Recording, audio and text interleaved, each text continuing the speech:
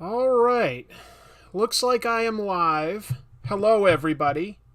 Yeah, as you can see, there should be a camera up here that shows my face. I am currently having an issue getting that one to activate. So bear with me just a moment. I'm doing my best to try to figure this out. I mean, obviously I can still do the show, but I like to have a camera on me so that I can actually sort of look you guys in the eye and take it from there. I'm going to unplug and plug it back in to see if that does anything. We're going to do the old IT crowd trick. See if that does anything. Not awesome. Frustrating. Hello, everybody. We are doing a show. So hello to, I see a ton of people in the chat. Hello to Marvin Nation, Andrew Jefferson, Clay, Brian, Sean Alley, Super Pickle, JSA, Armin, Abdalian, Tony Michael, Master Shake. Lovely to see so many people here. I do not know why I cannot get my live cam to turn on right now. I'm playing with all my settings, basically. Well, let me just announce this real quick. I got married yesterday. That is my wedding ring. Maybe you can see that, right? So that's pretty cool, I think. I'm pretty excited about that, I have to say. Oh, did I just get the... and then it just turned off. You saw that, though, right? For a minute there... I think I figured it out. I think I clicked the right things. All right. Hello, everybody. Got my crown. I'm gonna take that off now. Actually. Oh, good. Got the camera working there. Awesome. Just adjusting it a little. Phew. I don't know why I was having so much trouble, but you know, whatever. It's a live show. Things are bound to come up. What a clunky opening we're having today. Sorry about that, but I've got a list of news topics that I want to hit. I've got a bunch of comics that I want to discuss real quick for like some reviews, and I've laid out a sketch of Batman pounding on a thug that we'll be inking today. Let's try to stay away from spoilers for the new The Batman movie, okay? Because I'm sure a lot of people can't see it in the first week. You know, we could talk in generalities, but let's try to be careful and respectful to each other there. I think that would probably be best since it's only just coming out. But yeah, I'm seeing a bunch of congratulations. That means a lot to me, folks. Thank you so much. Yep. Super happy day. It went flawlessly. Chrissy and I, my fiance, we've been together a long time. We've been together 15 years now. And so we sort of took our time with this. It was not a big wedding, just not the easiest thing to coordinate while we're still sort of in the pandemic. So we may do like a bigger celebration down the road with our family and friends and stuff like that. But for today, it was really just the absolute immediate family. It was very modest, but it was beautiful. It was really pretty. We had it up. I've got a friend who runs an elopement chapel in Tacoma, Washington. If you're in that area and you're looking for a venue, I sincerely recommend my friend Rochelle's place. It's called Elope 253. It's beautiful. She does a fantastic job attending to every detail. It went flawlessly. I'm very happy. Let's see. I've got some comics that I like to start out with reviewing, so let's start with that. Then I'll go into some of the news of the week. While I draw, I'm just going to sort of take out my little phone. It was in my pocket, and we'll get going. I'm not wearing my glasses right now because, honestly, I wear them for distance, and therefore I tend to wear them all the time. But I've sort of noticed that when I do this show and I'm like drawing up close like this, I really don't need them. So I've sort of been wearing them because people are used to seeing me in them, but I really don't need them for this live show. So anyway, just letting you know. Very exciting, I know. Let's get into it, and I'll just also just say hello to a bunch of other people that I'm seeing in the chat. I'm seeing DCam, I'm seeing Robert, I'm seeing Eminem, X, Sir Mr. Howell, Black Phoenix, Gregory Stickley, tons of lovely people. A few new names, a few that are already here. Steve Sorensen with a super chat right off the bat. Did Chrissy enjoy the oh hi bit? And congrats. Absolutely. I ran it by her first. I was like, you know what? I have an idea. You know, I don't do my oh hi opening every episode right now. I felt like it was starting to maybe become too forced or expected, and that took away from the comedy. But I was like, boy, I feel like this gag's pretty funny. And like to think that I'm willing to like sort of interrupt my own wedding for it.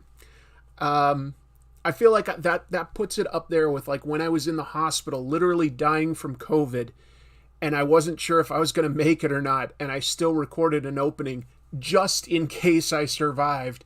I put it sort of up there with that one. Yeah, she absolutely loved it. As you could see, she did a little bit of acting there, so that was really funny. Hello, Daniel. Hello, A-Man. Hello, David. Anyway, I'm obviously in a really good mood. You know, I married my best friend. I'm happy. Let's talk about some comics. I haven't really been keeping up with crossover. I got the first issue, and it's a super interesting premise. Just to set the stage, crossover. This is a very meta book.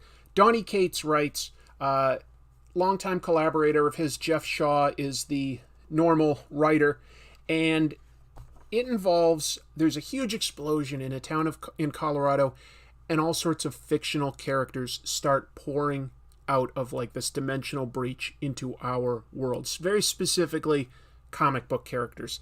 Real comic book characters. Donny Cates collaborates, like gets the permission of primarily creator-owned characters, you know, like a Savage Dragon or a Madman, characters like that, and they're in this world. Meanwhile, there is somebody who's been going around killing comic book writers. Steve, with the other generous super chat, asking how many takes for the oh hi bits. For this one, just one take. A lot of times it is just one take. Every once in a while I'll do more than one. Thank you for asking, and thank you for the super chat. It's a fun premise. Donny Cates himself is a character within this book. Very meta, right? Anyway, I got this issue for a very specific reason. My friend gets killed in it. The killer has been revealed at this point as Negan from The Walking Dead.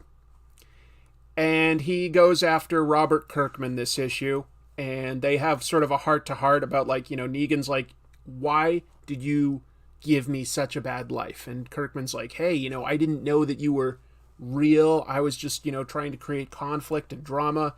And anyway, he thinks he's getting to him, but Negan beats the hell out of and kills Robert Kirkman in this issue. Kirkman's an old friend. This was just too unique. I had to get this issue, and I I enjoyed it. The while Jeff Shaw draws most of the book, this sort of side story almost that opens it, it's like a cold opening, is illustrated by Phil Hester with inks by Klaus Janson. So cool. One of the best inkers of all time in the industry. Someday I'll do a Comic Tropes episode on him. Just an incredible talent. Anyway, I enjoyed it. Your mileage may vary. I enjoy this. Like, we get to see, like, all sorts of creators that will, like, show up. I feel like Brian K. Vaughan was in an issue or something like that. It's a pretty cool premise. It's pretty fun. It's weird. It's weird. Is my sister there? So, hey, she is. Hey, Jeannie. So, fortunately, I was able to live stream my wedding through Zoom for my direct family. So not all of my family, like, you know, could fly in or anything like that. None of them could, really. I mean, it was a pretty quick wedding. But my sister was able to be there. So that meant a lot to me. Nice to have you here, Jeannie. I really appreciate it. Yeah, I'll get into some of that Walking Dead news later. But anyway, pretty funny. If you like Walking Dead, you might want to just, like, read this as, like, a novelty. But if you like books that are or stories that are meta, you might like this too. Plus, there's just sort of an ongoing behind the scenes mystery as to like why this is all happening. So pretty cool stuff. Next book. I'm to understand that this isn't necessarily selling that great. That's what I've heard anyway. I didn't double check the figures. I like it a lot. If you like the book Criminal by Brubaker and Phillips, you would like this book, Newburn, by Zdarsky and Phillips. Phillips Jr., technically. Newburn used to be a cop. Now he works for all of the organized crime families to resolve any differences between them. Like when there's like a murder, he's the investigator. Thank you, Jeannie. And so it's always, every issue is like its own little mystery. And in this particular one, some cops strong-arm Newburn into figuring out who killed a cop. And Newburn's like, no, he's like, if I do that, like the crime families will have me killed. I'm not going to work for you. And they're like, oh no, you don't have a choice. And this guy's always up, like, you know, he's always got his own life on the line, but he never sort of breaks his cool. It really reminds me of some sort of like 70s cool TV show guy, like, you know, like a crime solver, like, I'm trying to think of like who I'm thinking of. Jesus, I'm forgetting the names. Well, whatever. It's a little old-fashioned, but what's cool is that it's always a mystery. It's always got your protagonist sort of in a life-and-death situation himself. If he doesn't resolve it, he's kind of going to be killed. But he doesn't really he's unflappable. And that's nice. And the artwork by Jacob Phillips is nice and clean. Not necessarily the flashiest, but it's effective for this type of story. So I definitely enjoy this. I don't know how long it will last, but I really, really like it. I like it a lot. But that also is, I've said before, one of my favorite comics is Criminal by Brubaker and Phillips. And this one, Newburn, is very close to that. So it just speaks to my sensibilities specifically. Yeah, sort of Columbo, but there's also like, there was another guy, like, had a mustache, and I can't remember. I just can't remember. Forget it. Let's move forward. There's not that many comics to review. I picked up issue 2 of She-Hulk because I had really enjoyed issue 1. This is written by somebody named Rainbow Rowell. Artwork by Roger Antonio. Good mix of sort of funny, but a little more grounded than some of She-Hulk stuff. For instance, the John Byrne She-Hulk was funny, but it was like breaking the fourth wall and going up against the goofiest villains in the Marvel Universe. It was very like, well, that was pretty meta. And honestly, then Dan Slott did a pretty funny take on She-Hulk, and that got even more meta because she would like read Marvel comics in her universe to try to like get ready for legal cases. This one, She-Hulk's on the back foot. She-Hulk doesn't have a lot of money. Doesn't have like, she's reestablishing her legal career as a lawyer. She's getting like, you know, she's restarting her life. She's getting some help from some friends. But this guy is Jack of Hearts, and Bendis, I believe, was the guy that had killed him off during Avengers Disassembled, which is, now that I think of it, pretty old. Like, that's over 10 years old, isn't it? He killed off a bunch of Avengers then, like Hawkeye and stuff, but they're making their way back. She-Hulk went out of control, I think tore up Vision. Yeah, you guys are suggesting guys like Kojak and Mike Hammer, and that really is Newburn, just to be clear, if you enjoy any of that. Yeah, Black Phoenix is saying I can't get She-Hulk, it always sells out. Oh, and the Andrew Jefferson points out something I didn't know. Rainbow Rowell is a young adult author that did the last Runaways comic. Well, young adult comics are really popular these days at bookstores, like some of the best sellers, so she probably has her own audience. I didn't know that. That's interesting. I did not know that. The artwork is strong. She-Hulk is so likable in this, folks. She's always been sort of like, you know, a happy, nice character that works hard and is a good friend, is loyal, and she's smart, you know, she's in control. There's a lot to like about She-Hulk generally.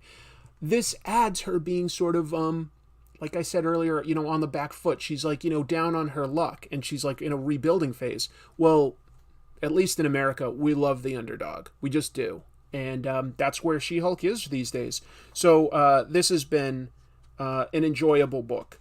I'm not going to say that it's anything so groundbreaking that you haven't necessarily come across it before, but if you want something that's maybe, like an adventure type of story that's a little lighter, the stakes aren't grim and gritty and stuff, and obviously I do read a lot of like, sort of like serious stuff about death and stuff.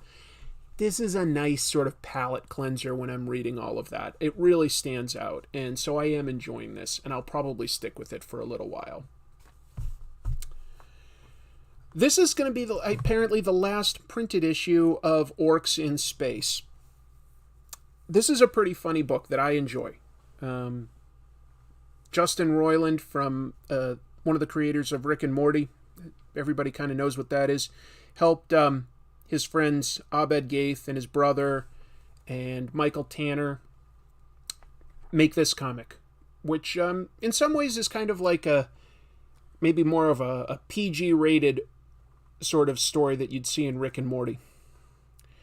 It's orcs that are all dumb. They're like the Three Stooges, but like maybe more brutish, but not like evil. They're more just like clumsy and stuff, chaotic. They're going on a space adventure. They got on like a spaceship and they go into this weird spaceship. And in this one, there's like sort of a small planet like that a guy has hooked his brain up to, so he turns into a robot. And then like the orcs team up with these fluff balls, or maybe they're called fuzz balls, excuse me, and they like form sort of a Voltron type of ship. It's just fun, and it's funny. I've been enjoying it. I do like it, but I don't think it's been selling that well because it's supposed to go 12 issues, and here at the back it says that it's taking a short break. Orcs in Space returns digital only. May. I'm just guessing there. But anyway, it is a fun book. It is a fun book. Let's see. Hold on. I've got a super chat from John Dorsey. Always appreciate those. Always going to pause and acknowledge that. John says, "Oh, hi. Just noticed you were streaming. You were my first comic YouTuber sub. Thank you. And I am so pleased the channel is thriving. I miss the old open, though." Well, fair enough. All I can say is I'm constantly going to be trying new things. That's just who I am. But please go with me. So that's a little too bad. If you ever see any of these at your comic book store, they are a pretty funny read. And the artwork by Francis Vigneault is very clean and easy to read and pretty funny. They get at the brain of that like robot thing, and this cat robot just starts eating it. So that's like a little dark, but it isn't like gory dark. There's a lot of funny stuff in this. I don't know. I find this charming. It's a cute book. I wish it could continue, but that's okay. 3 more to talk about. Latest issue of Adventureman came out. Not sure how many of you folks are reading this, but it's written by Matt Fraction. Pretty great writer.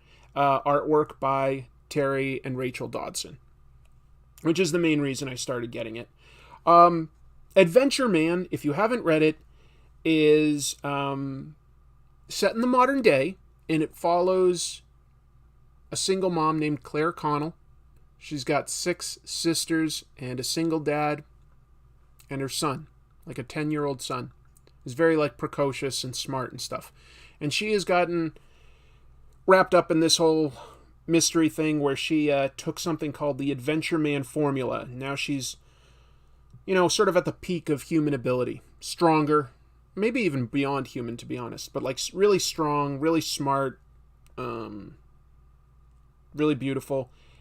And it's all based on stuff that happened about a generation ago. There were all these pulp action heroes that are original to the Adventureman comics, but were created to be reminiscent of characters like Lone Ranger, Zorro, who's that guy? The Man of Bronze, Doc something. But anyway, like, the Shadow, all those kind of characters. So it sort of has an older generation that's, like the very few that are still alive, are like about 100, and they've sort of passed their reins to some new people. It's cute. It's charming. I don't understand the full backstory yet, to be honest. They're really dripping it to us. The book is definitely ahead of me, but it's worth getting for the artwork. The artwork's pretty fantastic, of course. And I'm looking at this cover now, and it only just occurred to me, but this must be an homage to Goonies. I don't know how many of you seen the movie Goonies, but it has a painted movie poster where they're all hanging onto each other, hanging from a cliff in like this, a very similar layout. So that's got to be an homage. That's got to be an homage. It's okay. Yeah, I understand. Doc Savage. Thanks, Michael DeFonte. Oh, a bunch of people said it. Thank you. Andrew, Bruce, Tony. Yes. Yeah, I don't know. I like the art. The story, I usually love Matt Fraction. This one isn't my favorite by him. It's fine. It's fine. Last new thing I got this week is Nocterra number 8. I've talked this up in several streams. Great world building. Really scary world where, there's no sun. And if you're in the dark without, any light, you turn into a shade. It's pretty violent. The heroes are all truckers. They care about each other and have really great relationships. In this issue, the heroes, in order to try to find their way to this supposed place where there is a way to turn the sun back on, they're following the threads of a mystery, they now have to team up with the guy who's been the villain up to this point. They both find themselves aligned with a goal. He's angry at his superiors, and they need information that only he has. But he's a dangerous, scary guy. And the whole issue starts off with him killing some innocent people brutally for really no reason. So you establish the stakes right away with Blacktop Bill. He's a pretty bad guy. Something interesting about this one. The art team is the same. Tony Daniel, inker Marcella Maiolo. And not that any of it's bad, but I will say it seems to have significantly less detail than previous issues. I don't know why that would be, but I feel like there's something, maybe they were sort of behind on this one. It's not bad. I'm just saying that typically there's a lot of cross-hatching with this artwork. A lot. Very reminiscent to me of what was popular in the 90s with guys like Jim Lee. But this one doesn't really have that as much. So the art may be intentionally trying to evolve, or they may have been going faster than usual to get this one out on time. I don't know. But the art to me did look different. Anyway, it's a fun adventure story. Dark, but cool sci-fi. Very cool sci-fi. And then I picked this up because so many people have been recommending it. This is the first trade for Radiant Black. That's an Image comic. It's written by a guy named Kyle Higgins. Artwork by a gentleman named Marcelo Costa. The few other guest artists that have stepped in. This pull quote on the front from Robert Kirkman of Invincible is saying the perfect superhero comic for anyone missing Invincible. Yeah, I would say that there's definitely a lot of truth to that. A lot of truth. Probably, though, not quite as much.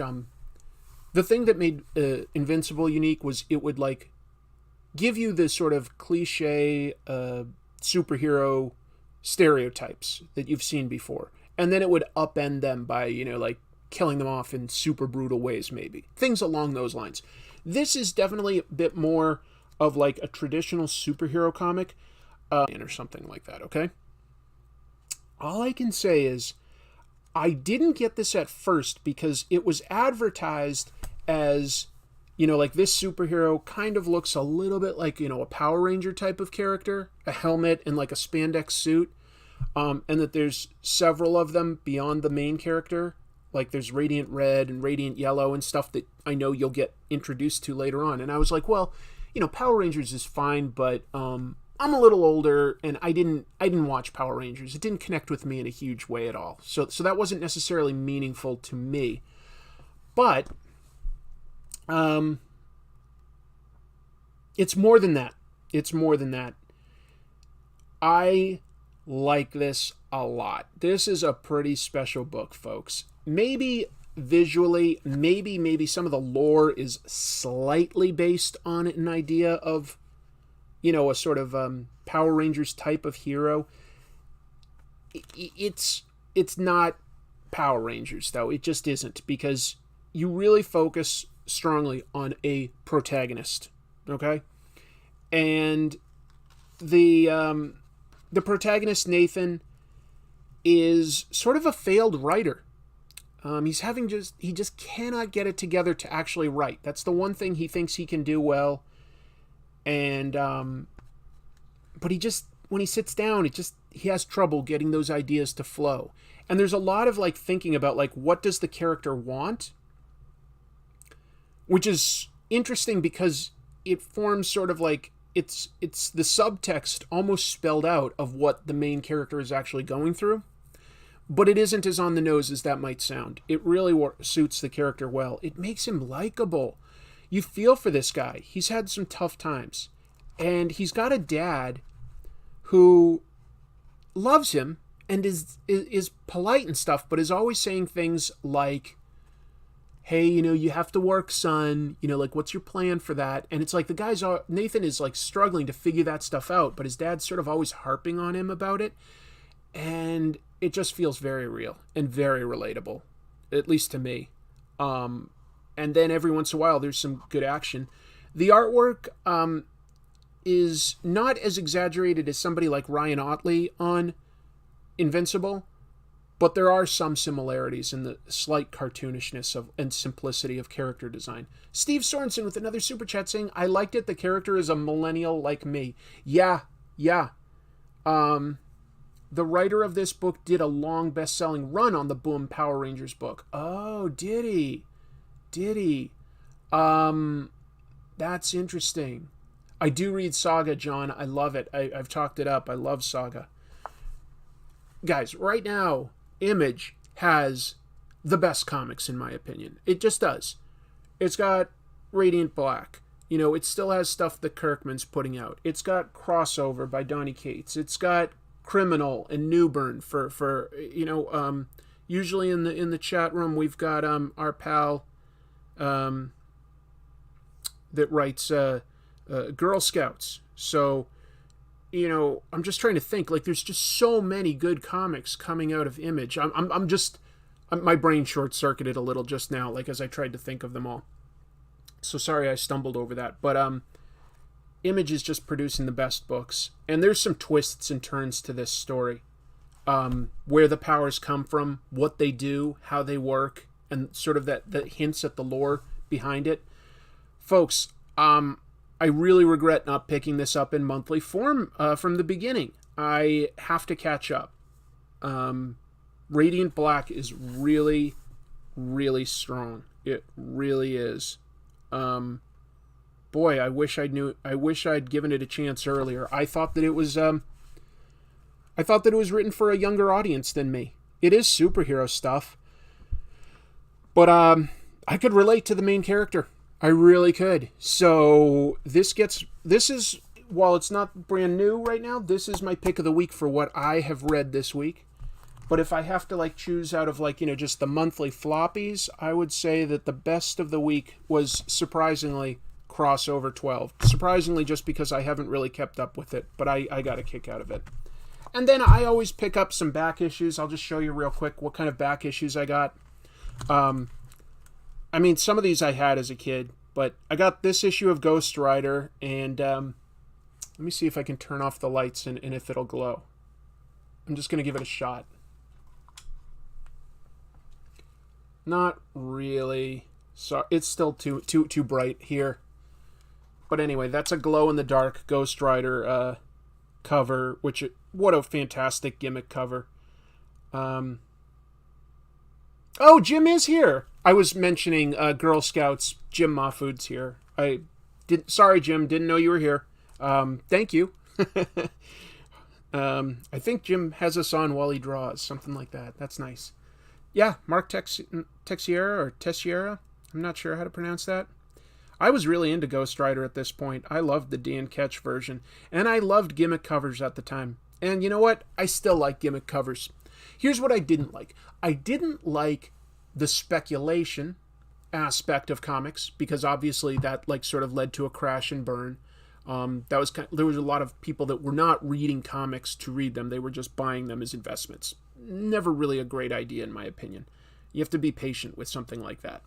And they would also put gimmick covers just to sort of bump up the price sometimes for like, you know, an issue that like wasn't necessarily an anniversary or anything like that. They would just, there were too many.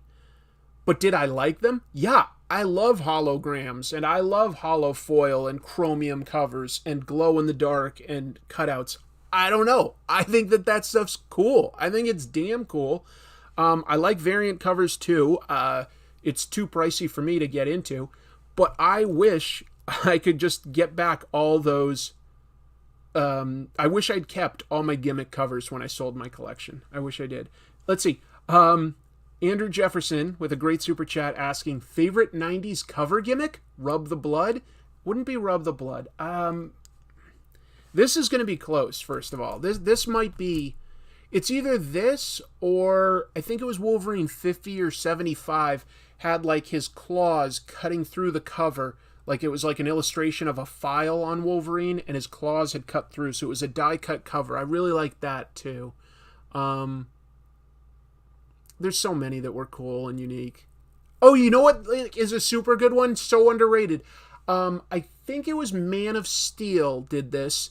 John Bogdanov was the artist on it, and they did a Color Forms cover. It was, you know, of Metropolis. The background was Metropolis, and they give you all these stickers of Superman and Lobo and various energy effects and stuff. And I don't know if you remember Color Forms. They were not quite stickers, but they were like plastic that you could put on like sort of a plastic backing and it would stick. So you could sort of make your own layouts. Marvin Nation with a very generous super chat. Thank you. Super chat for 2 things. Congrats on your nuptials. Thank you. And to promote your Discord. We got a bunch of new friends last week. Good. That's nice. That's nice. If you just search Comic Tropes Discord, the first result should be an old Twitter post I made with a link to that. And in the last episode of this show, I put the link in the description after the show finished. I can do that again if people are curious. It's a nice place to hang out and talk comics. Anyway, sorry, just a little tangent there talking about how much I loved various gimmick covers. Gimmick covers were cool. Here's something also pretty cool. All right, so the Marvel Star Wars comic was bonkers. I've made like at least 2 episodes talking about just how nutty the stories in it were. They didn't feel very much like the movies because there wasn't as much to go on. But here's something cool. Walt Simonson artwork, cool. New character, Valance the Hunter. He has been added to the current continuity. He exists in, you know, like actual Star Wars continuity now. But this was his first appearance, his introduction. Sort of a cyborg bounty hunter cool character. Very cool. And maybe this isn't cool, but we've got Jackson, the green rabbit alien that often hung out with Luke and Han and Chewie and all them. So that was a cool book. And finally, for back issues, I also picked up Avengers Annual number 10. Probably most famous for being the first appearance of Rogue, pretty popular X-Men character. Written by Chris Claremont. Reason I like it kind of explains what happened with Carol Danvers, Ms. Marvel at the time, after the abysmally offensive Avengers number 200, where she gives birth to a rapidly aging child and then marries him and leaves the Avengers with him, and the Avengers are all okay with it. This one sort of shows how she comes back and she was like, You idiots, like, I was basically being mind controlled. Like, how dare you let me go off with him? She's mad at the Avengers, and I think that's the only way to salvage that story, because it is so bad, so bad. So I got that. I also picked up some other comics that I haven't read yet. I got some new issues of Demon Slayer, because I'm really into that now. And I got a biography on Vladimir Putin in comic book form. It's like kind of a graphic novel. I don't know a whole lot about him, and I was like, oh, somebody made it like in a comic book form? I want to learn more about this asshole. So anyway, I don't want to do spoilers, but I saw the latest Batman movie, and I decided I would try to draw that version of Batman. So let's see if I can do that. Yeah, I won't spoil anything, but I will say I liked it. It was very, very good. Would I say that it's the best Batman movie? I don't think I quite would personally. I think that I still personally, this is going to come down to personal preferences with how many Batman movies are out there. I like Dark Knight a lot. I really like Dark Knight a lot. That's just a twisting, turning crime drama that just works for me. But this one is, if anything, even more grounded than the Nolan movies. Like, less absurd technology and stuff like that. It's amazing. It's very good, and it's a mystery. You know, we're always told Batman is the world's greatest detective, but we don't always get to see that, you know? And you do see it in this one. So, got a motor going on out there. I also picked up Avengers Annual number 10 recently. $35 for mid-grade. Oh, very nice. Yeah, please no spoilers. I'm not going to say anything else. I was just saying I liked it, just talking about what kind of a movie it was and where it falls on my personal scale. I would say probably number 2. Probably number 2.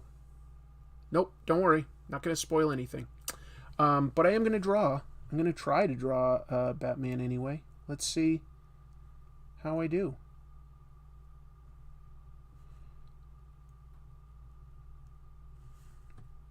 We shall see. Dark Knight is better. Well, maybe. 1943 Batman is a strange movie, right? What else is going on? Oh, I've got all sorts of comic book news to talk about, so why don't I pull some of that up? We'll get talking about that.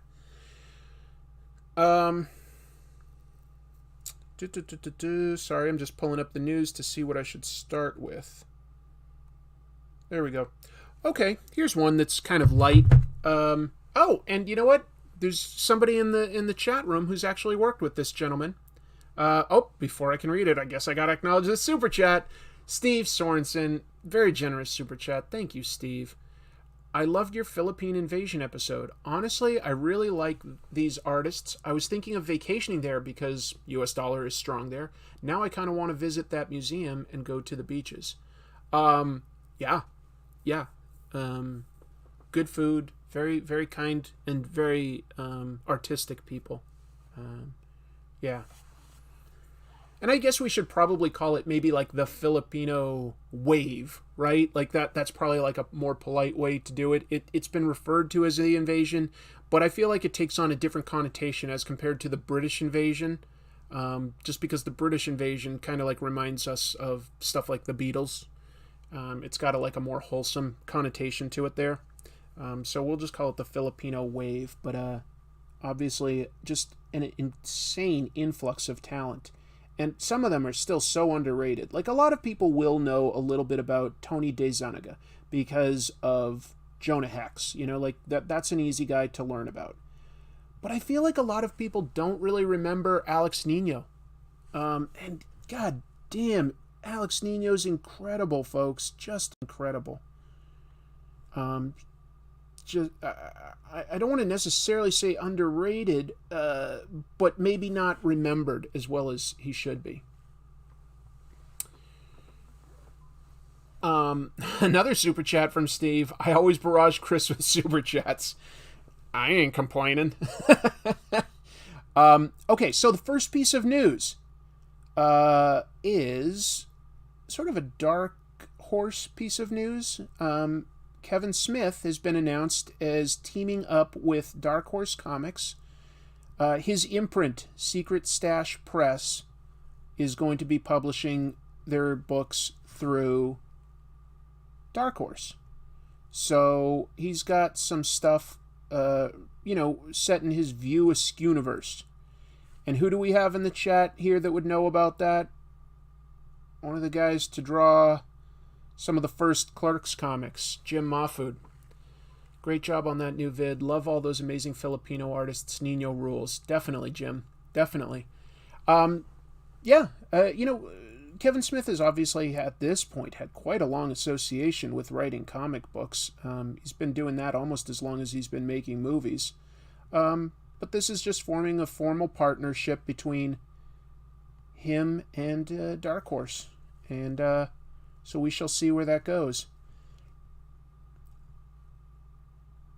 I haven't heard a whole lot about Dark Horse ever since they sold themselves to that Swedish conglomerate.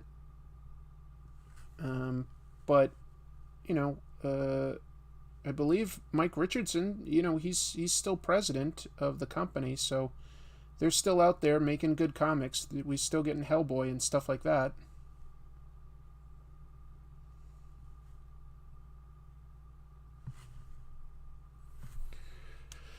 Alex Nino did some wonderful Warren work. He really did. And there's some cool stuff to find for Alex Nino with Heavy Metal magazine, too. Ernie Chan was the first comic artist name I ever remembered. Yeah, Ernie Chan was good. He did some really great covers for DC, in my opinion. All right, here's a really cool piece of news that's very tangentially related to Batman, okay? Only in the sense that there's a villain in the Batman movie who visually they've sort of made look like the actual Zodiac killer. I'll just leave it at that. I'm not going to go into the actual mystery of the movie or the character or anything like that. But they've definitely based somebody's visual look on a real serial killer. I think enough time has passed that that's okay. But here's the thing. There is now a theory. The Zodiac killer from the 70s has never been caught. Probably never will at this point. It's one of the greatest unsolved mysteries. But there's a theory that the Zodiac killer could have been a huge comic book nerd. Yep. There's an author named Jarrett Kobek, and he wrote the book How to Find Zodiac. And he has traced back one of the phrases that the Zodiac killer used to a 1952 Western comic book. Okay? He found this one phrase that had never really been used before. He found it used in a comic book. He found out that there was this comic book guy named, let me look up his name, Paul Duer. Paul Duer. And Paul lived in the Bay Area during these killings. Beyond that, and beyond being a comic book fan, no crime there, he would write lots of letters to fanzines, and at least according to this author, he finds that they use a similar writing style. Okay. On top of that, one of the very few accounts of what the Zodiac killer looked like was a survivor who said he was wearing something that looked like a medieval executioner's mask. Okay? That's a pretty scary visual, first of all. This guy, Paul Duer, also went to Ren fairs at the time. Probably a pretty easy place to get a pretty weird piece of costuming at that point in time. There was no internet, folks. It was not easy to get weird pieces of costuming like that. Who knows? But it's an interesting theory. It's an interesting theory. Steve Sorensen super chats to say, I want to visit Japan for their comic industry, food, and baseball. I am a massive baseball fan. Also, South Korea, Australia, and Hong Kong. No question. Yeah, I know Japan still isn't open yet for everybody, but is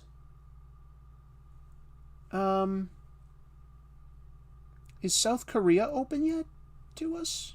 I don't know. That would be an interesting one.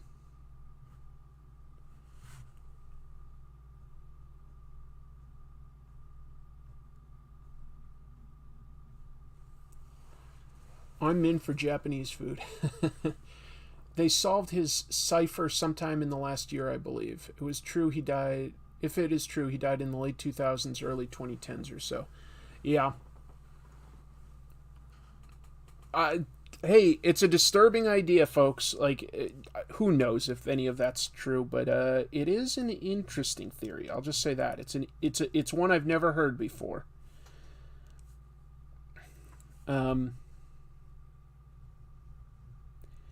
Those unsolved crimes like the Jack the Ripper and the whatchamacallit, like the Zodiac, that's the kind of stuff that sort of keeps me up at night, I will say. Like, it just creeps me out. Just creeps me out a lot.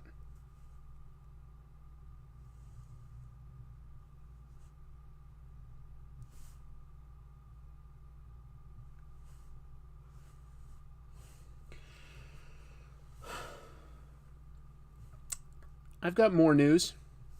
You think that's it? Nah, dude. Nah. Not how it works. I come prepared these days.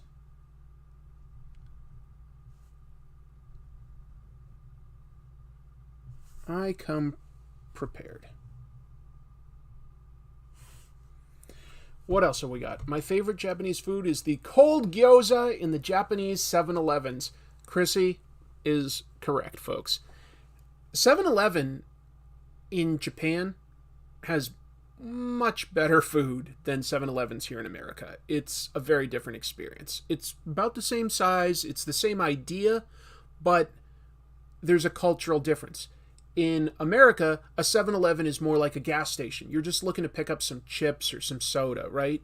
But a 7-Eleven in Japan is something you can walk to from your very small apartment. You don't necessarily want to cook, so you can like literally get like a lunch or a dinner, and so the quality of food is much better. For some reason, Gene says "nah, guy." I don't know what that refers to, sister. I don't know what you're talking about.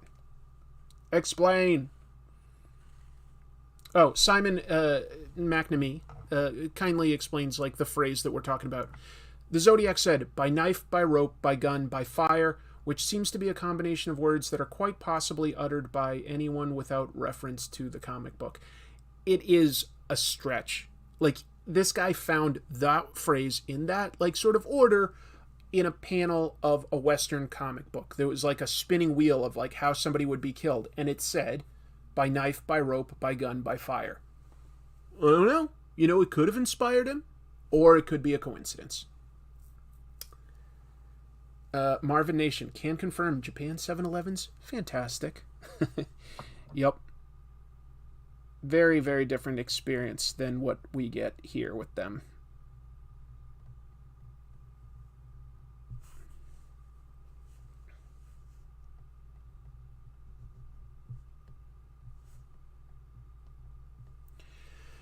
Whoa, 2 super chats. They still got Slurpees in 7-Eleven Japan? I don't think so.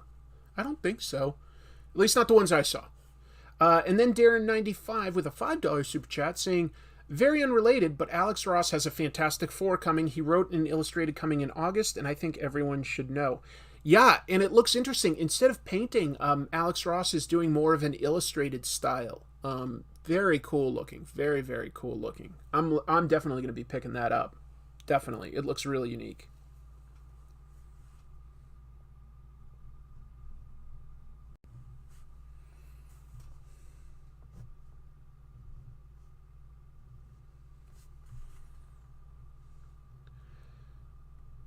All right, here's what you're all here for, right? Me drawing Batman's butt, his buttocks. Let's give that some actual definition. with a brush pen. Going to give it a little bit of weight.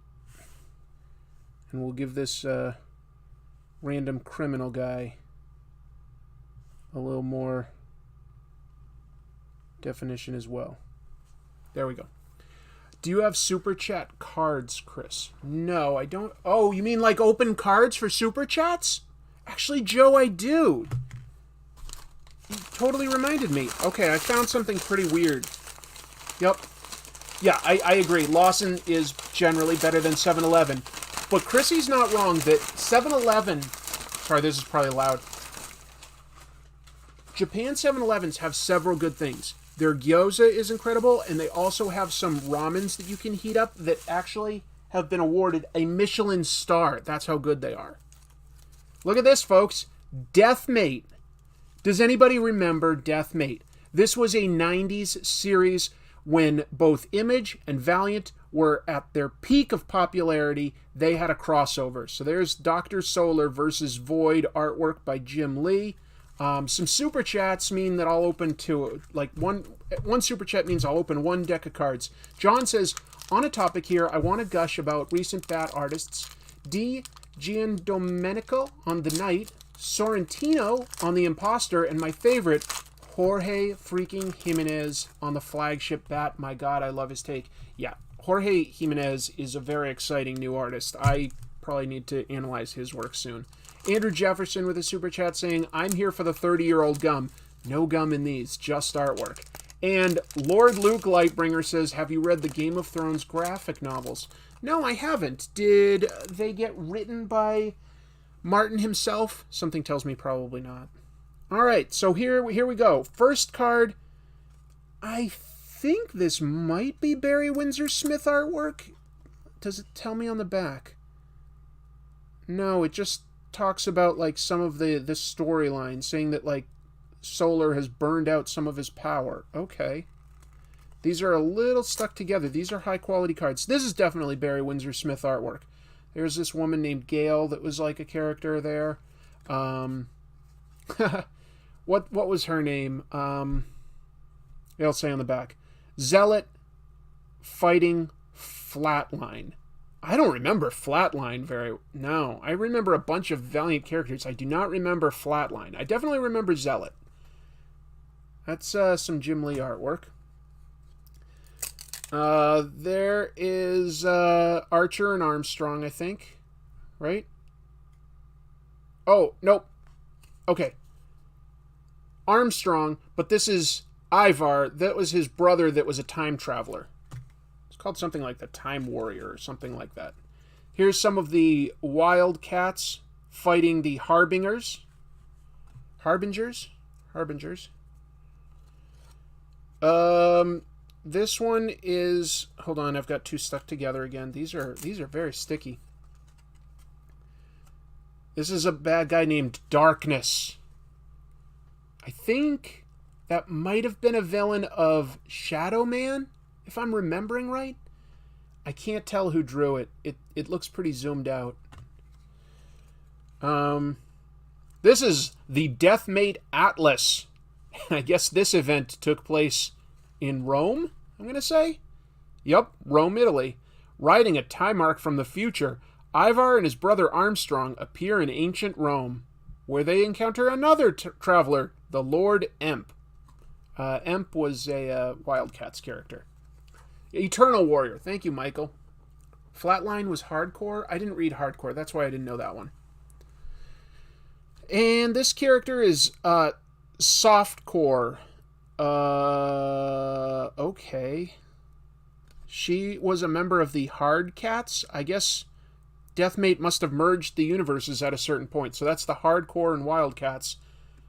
That's Softcore. That's a classy name. Softcore. Well, I got two more super chats, so let me open two more cards. This is kind of fun to look at this 90s stuff and try to remember what was going on at the time. Here's another Atlas. Where's this one in the world? This one is New Orleans. And it says Master Dark. So yeah, I was right. Shadow Man's enemy did take place in New Orleans. That's Shadow Man. That's Shadow Man. Oh, look at that. There's Supreme. Supreme and Dr. Solar. Okay. Who else have we got here? We've got more darkness. Okay. Master Dark and his sister Sandria. Well, it's pretty good artwork for... That is what New Orleans looks like, actually, so that's not bad. Alright. Oh, look at that. That artwork is definitely trying to be what was popular at the time. I can tell that Art Dibert did the inking, but I can't tell who really did the art itself. That is a bunch of Rob Liefeld's characters. Oh, and then like Mark Silvestri's characters. What was his team called again? Oh, I can't remember. It's been so long. This looks like it's part of a poster, I guess.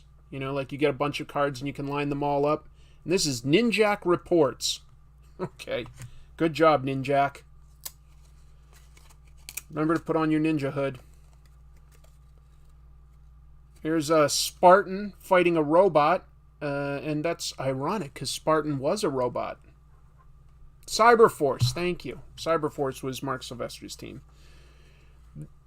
Here's probably the only reason to have read Deathmate was to find some Barry Windsor Smith artwork. We've got Dr. Solar merging with Void. Creating the Union. The Union.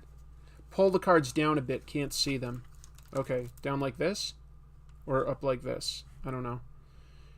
And there's Dr. Solar without his skin-tight cowl. Okay. Okay. One last one. Got one more super chat here, so we'll open one more deck of cards, then I'll get back to drawing this incredible drawing. Just incredible. Uh-oh, I'm seeing a repeat. There's Master Dark and his sister Sandria again. There's a checklist. That's... Probably always would be disappointed as a kid to get the checklist. You're like, you know what, I can figure out... Like, they're all numbered. I can figure that out on my own. There's the Hardcore fighting a bunch of generic robots that must have been designed by Liefeld because they've got no definition at all. That maybe sounded a little meaner than I meant for it to.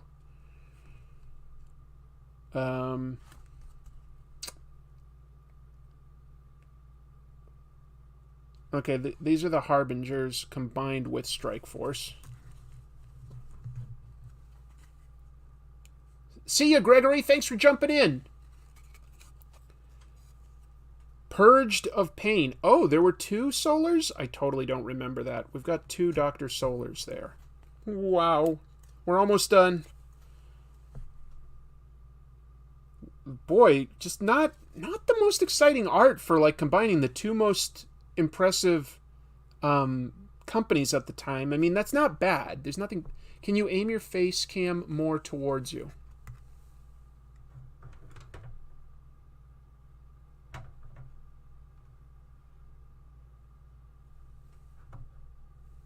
Is that better?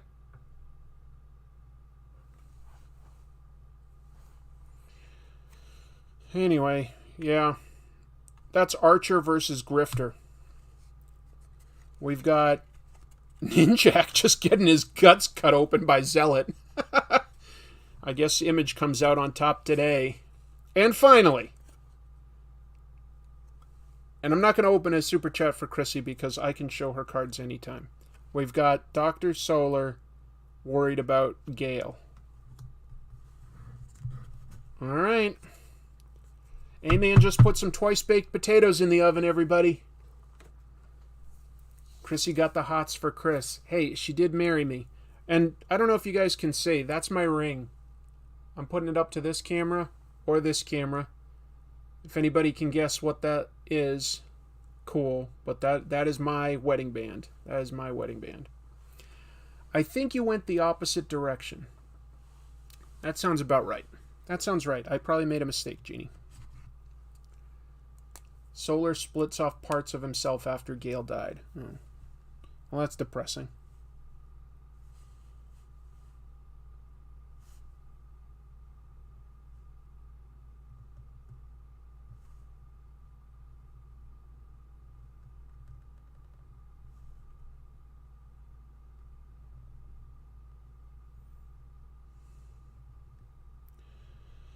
Anyway, at the time, those were the two most popular companies.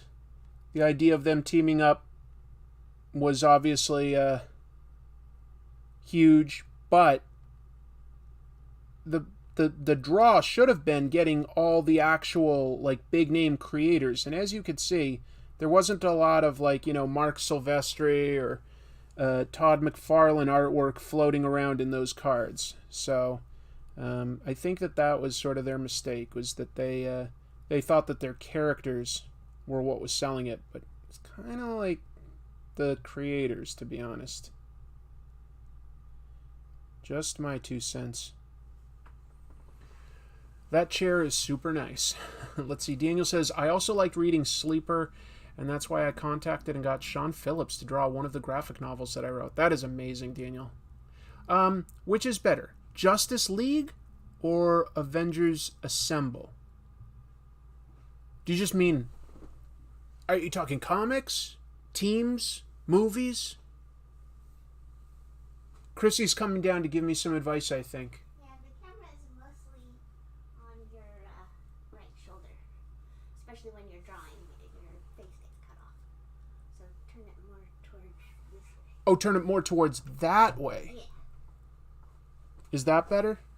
Can you see yourself? Like, yeah, there's always a lag here, so that's why I'm having trouble. Chrissy's giving me advice, like, you guys tell me, like, does that look a little better for the camera? When I get down here to draw and stuff like that, hopefully. Yeah, I'll hear in a while. Okay, I'm seeing myself adjust it now. Yeah, I see what you're telling me, Chrissy. And I think the reason I hadn't was because I've got this light over my art, so I hope that isn't too distracting for you folks, but maybe that is a little more centered. Your ring is the Mandalorian. That's right, Joe.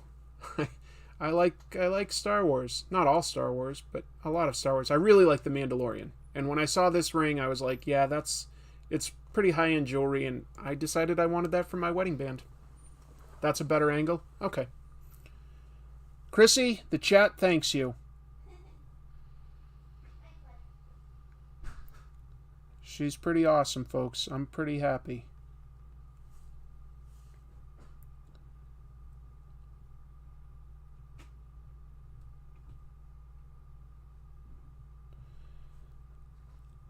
Pretty good. Pretty good.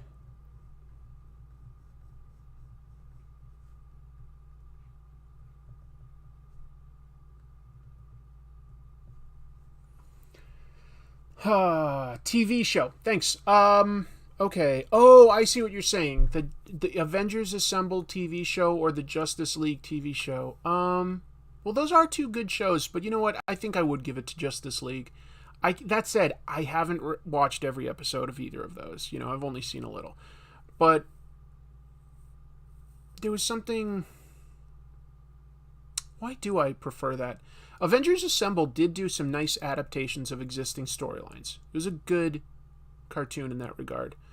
But I think that they still felt a little obligated to make it like the MCU instead of the comics here and there.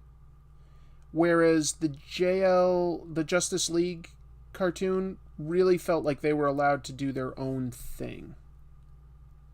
Hopefully that makes sense. But that's my logic for how I'm choosing each one.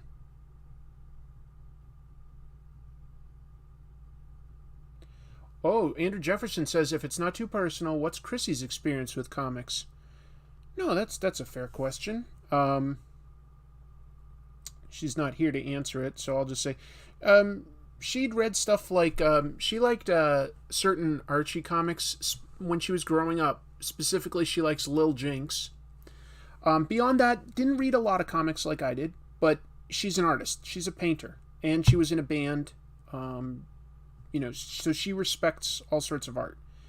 And she's done 24-hour comic book day with me a couple times.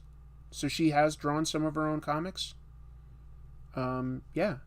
So that's sort of... And then she just, you know... How can she not learn stuff about comics just sort of living with me, right? No way around it. Hello, No.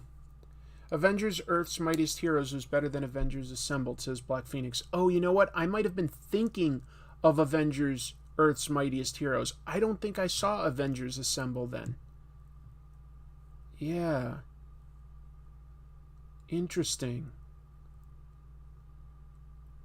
Huh. Well, let me keep drawing. Keep on drawing. That's my job. Not really.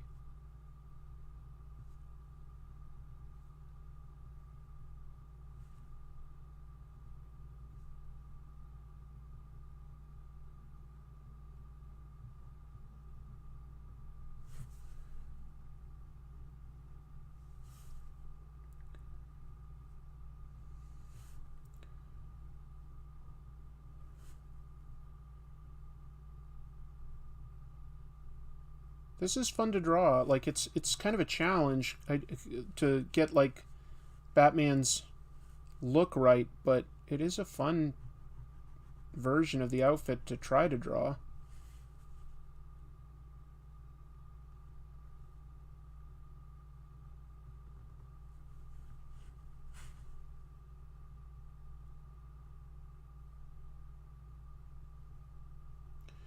I've got more comic book news to talk about.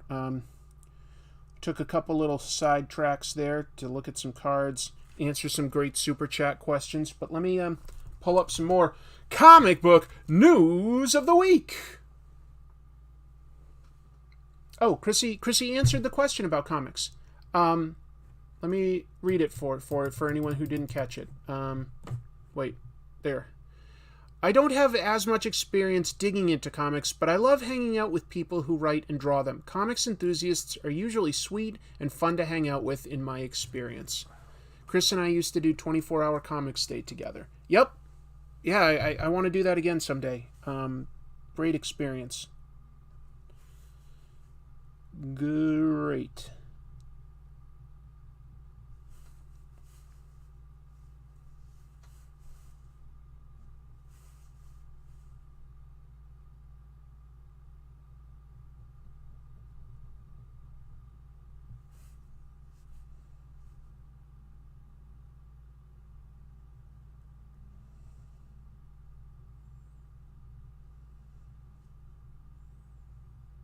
But anybody else out there, I hate getting quiet like that when I notice that I've been quiet for a minute since I'm trying to host a show, but I get distracted sometimes when I'm drawing as well.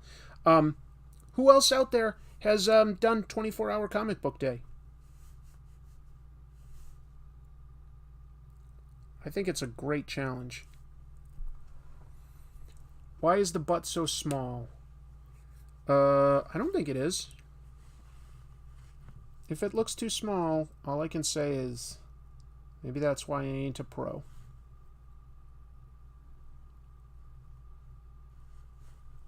Maybe.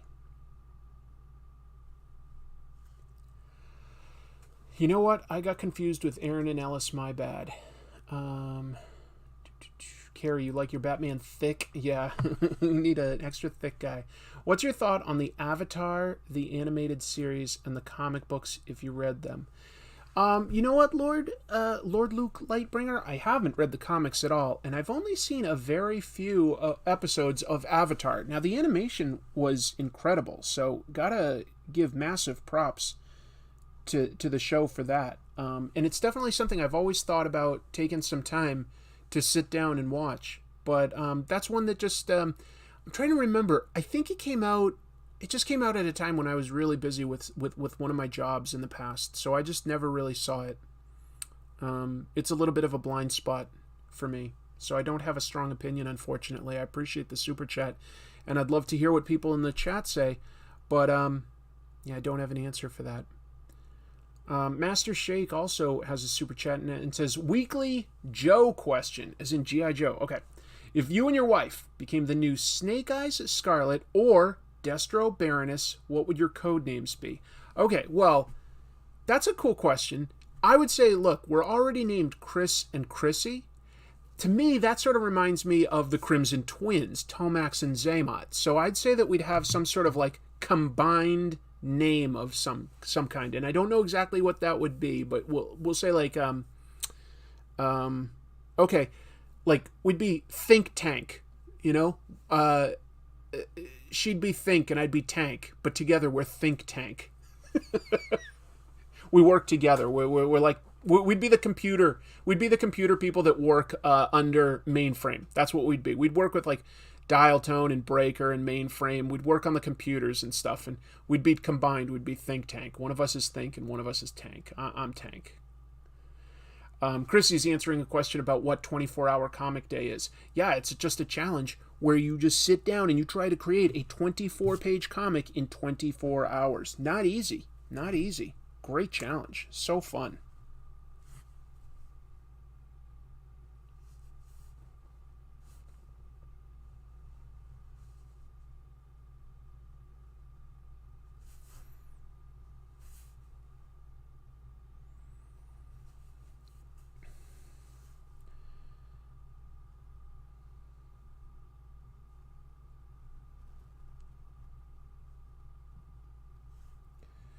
So I reviewed the comics that I read this week. What am I missing? What have you been reading that you're like, Chris, why didn't you review blah, blah, blah? And hopefully there's no comic out there actually called blah, blah, blah, because that would just be embarrassing. When is it? I'd have to Google it, Daniel. I don't know when it is. Because of COVID, I don't think anyone's really been doing it like, in a group setting the last 2 years. So I haven't really followed that. Andrew says, bet some of those Filipino artists could do 24 pages in 24 hours. Yeah, I think you're 100% right. Certainly Alfredo Alcala should be able to, from everything we learned about him.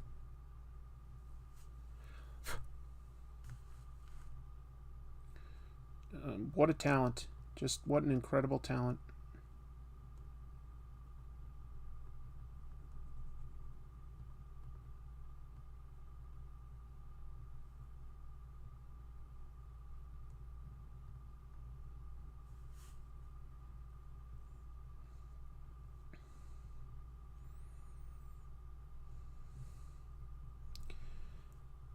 Thanks for watching, guys.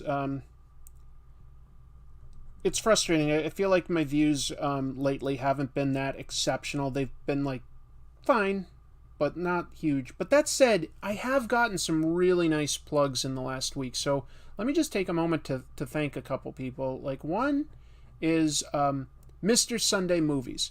That's a pretty popular podcast. They do a lot of their shows as clips or full episodes on YouTube as well. Great Australian duo, James and Mason, I think. Do I have the names right? Oh, Jesus, I'll be so embarrassed if I just got them wrong. But I'm terrible at names, so it's not like personal. I'm just terrible at names. But I think I got that right.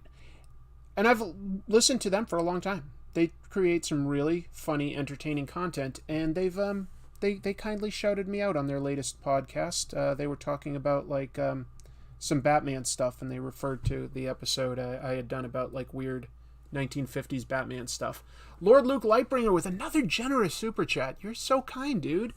What is your top 5 least superpowers? My top 5 least favorite superpowers?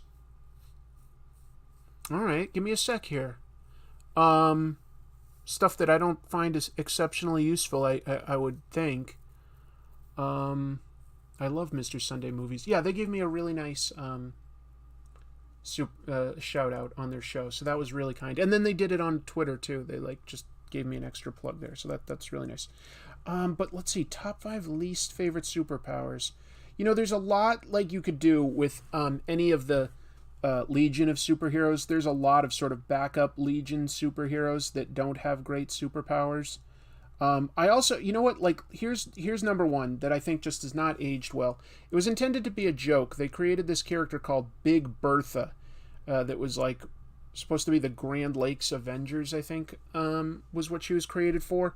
And her power was she could get, like, huge, like, really, really fat. But, like, then if she didn't want to be that, she turned into, like, a young, like, beautiful supermodel. That's a pretty bad body image type idea. That's not spectacular, so I'll put her in those top 5. What else would be not super useful? as far as superpowers go, I would say Zeitgeist from X-Force was kind of like a weird power. I don't know what his name has to do with acidic vomit, but that's his power, is acid vomit. I don't like that so much. It's amusing in context, but I wouldn't want that. I haven't said Arm Fall Off Boy yet, because there's something funny, but I will say that not Matter Eater Lad, that's amusing too, but Bouncing Boy is kind of lame, so I'll say Bouncing Boy. He just turns into a big ball and bounces around. Whatever. That's not great. That's not great. Let's see. So, I wouldn't want to be a guy that turns into a mutant that looks really ugly. And they used to play with that a little, like with Nightcrawler, but Nightcrawler still looked pretty damn good. So did Beast. Like, they still looked sort of handsome. You create a guy like Beak. Beak was kind of ugly. So I'll put Beak there as number 4. I would not want to be Beak. Yes, being able to fly is lovely, but not if I had to look like that. Because, I'm sorry, I don't think it would be easy to experience true love or anything like that. I think that would be very, very difficult. So I'll put him in there. And I got to come up with another, another one that I wouldn't want to be, or like, my least favorite.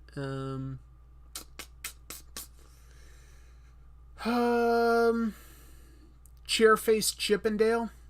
He had a chair for a face. I don't think I'd like to have that. I think that would be a pretty miserable way to go through life. Oh, okay, Big Bertha had to vomit the excess weight away. That's even worse. So we're already saying, like, anytime she wants, she can be beautiful. With superheroes, she's a big fatso that's called Big Bertha. And then she has to, like, literally throw up to get small again. Like, that's a terrible, terrible idea.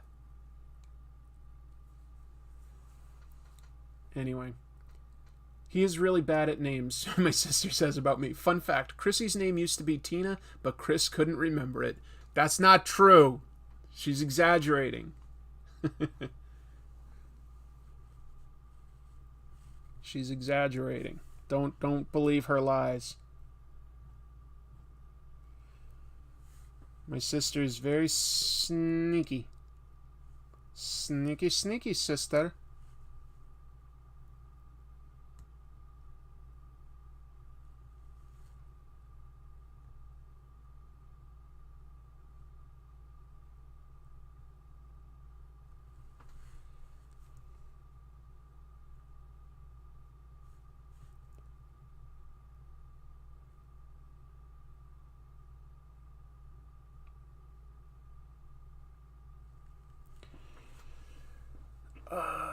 Let's see. I have 3 books about the lamest superheroes and villains. You know what? Why didn't I say 7-Eleven? Oh, because he doesn't really have superpowers. He doesn't really have superpowers. All right, more news. This one's interesting. There's yet another Walking Dead TV show spin-off coming. We already know, like, this is the final season of the show Walking Dead. But they announced that there will be a spin-off starring Carol and Daryl. Okay, those characters are going to continue and they'll get their own show. But now we've got news of like another spin-off show starring Maggie and Negan. Which, first of all, that's pretty exceptionally weird because Negan was the guy that killed her husband, Glenn. So, a little weird. I know Negan gets a little redeemed, but that's pretty weird. But the premise is pretty cool. They're going to go to Manhattan, which has been sort of like blocked off and become like, its own island. And it's called, the show is going to be called Isle of the Dead, I think. It's a good name. Who knows? Jeffrey Dean Morgan and Lauren Conrad are both good actors, especially like Jeffrey Dean Morgan. So, could be good. Hard to say.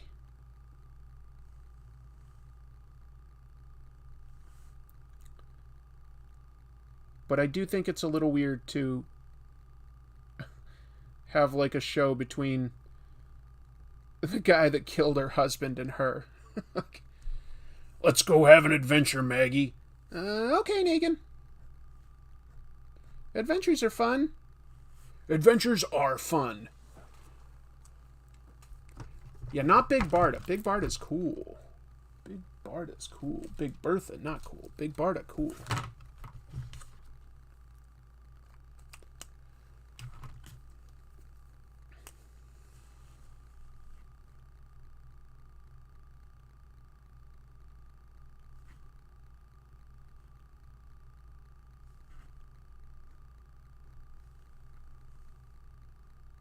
Uh-oh, a super chat. I think Walking Dead TV needs to rest in peace. I don't know. I haven't seen it in a long time, so I keep sort of intending to go back to it and catch up. I don't know what it's like these days, to be honest. I just haven't seen it in a long time.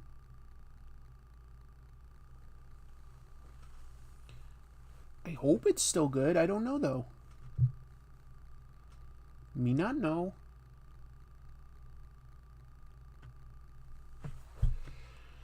They need to let The Walking Dead go. Folks, here's the thing. It still brings in pretty damn good ratings.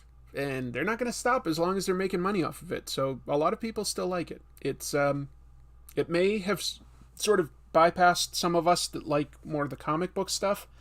But for people that are just more into casual TV viewing, it still does very well. Have you ever role-played in a Dungeon and Dragon game? I have, and I miss it. Once the pandemic started, my friends and I sort of stopped hanging out regularly. I miss it tremendously. I played, for the longest time, what was it? I want to say a half-elf warlock? I think it was a warlock. And his name was Beatbox because he was a big fan of beats. But he did tend to sort of act a lot like a bard. I would often get into singing, and I would often try to solve problems by talking it out. I remember at one point it was going to be a fight at this one town, but somehow I was able to convince them that it should be a legal proceeding, yeah, we had a lawsuit episode or session. And that was pretty funny to me.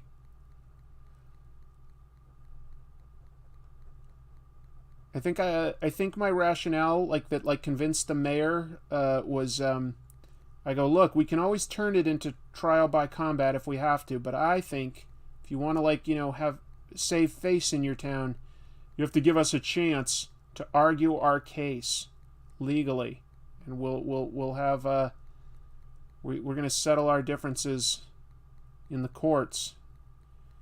So that one was funny.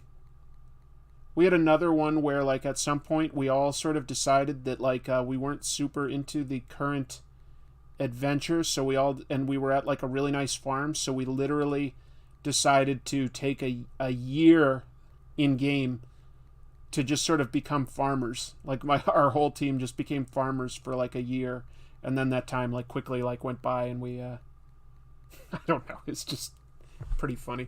Hey, look at this. My good buddy Hooded Cobra Commander 788 is here. He's a good friend of mine. And he says, sorry I'm late. I've been working on some artwork tonight. Ooh. Well, I'm very interested in that, Hoodie Coco. That's, Hoodie Coco will always be very humble. But he honestly is quite a good artist. And, he said that in another life, instead of being a lawyer, he may have tried to become a comic book artist, and he's definitely got good anatomy. But anyway, if you're into G.I. Joe, let me plug him. Hoodie Coco does a lovely show about G.I. Joe figures from the vintage, 1980s through 90s era. Who else should I plug that's in here? I know Daniel Carhoonan is in here, and he's written several comic books that have been published. Some really great stuff, including one that I lettered. You can find it if you follow his social media. You can find that. I know we've got Jim Mahfood in here, and I think I mentioned it earlier, but again, I was about to say the subtitle. Girl Scouts Stone Ghost is coming out these days from Image. That's a very fun sci-fi, surreal type comic, so I'll plug that. I should mention the other guy that plugged me, because I mentioned Mr. Sunday Movies, but there was another big name that plugged me. Oh, John Dorsey with a super chat. Gotta pause and get that. Okay, biggest complaint about current comic trends. The damn variant cover overload. I hate it. I play a game every time I visit my shop and hunt for back issues. Can I just find the damn A covers? I sort of get what you're saying, but honestly, if it helps the store, I'm kind of for it. Because, I'm happy to get whatever I have on reserve.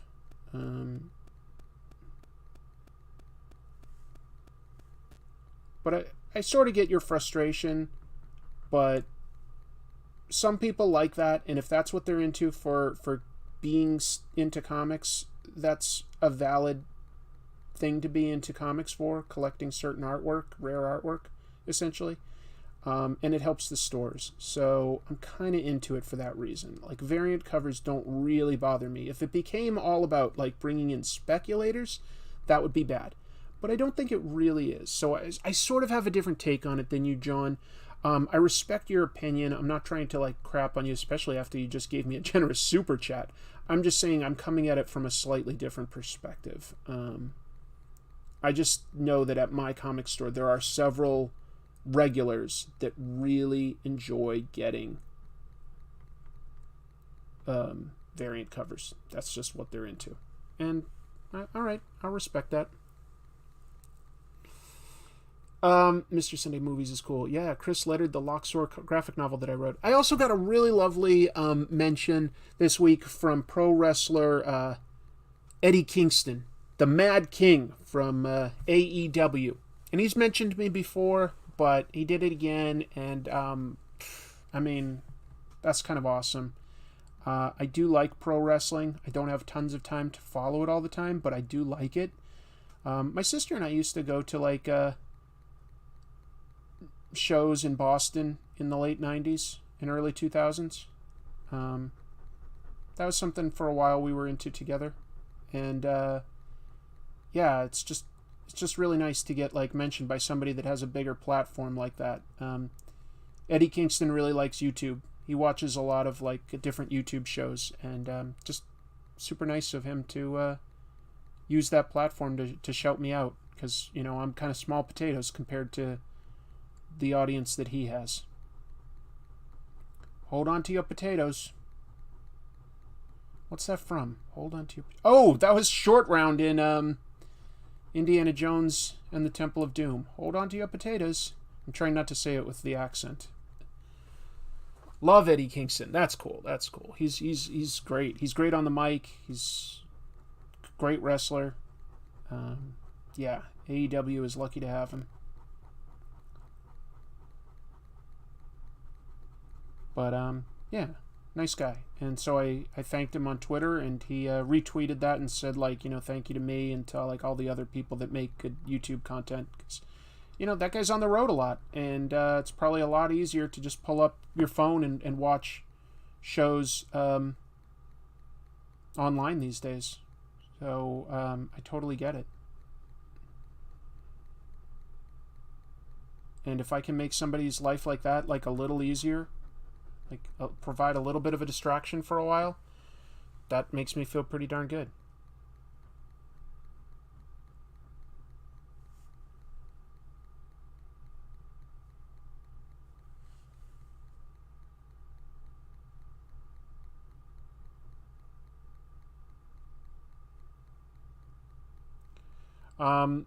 Let me go back to the news.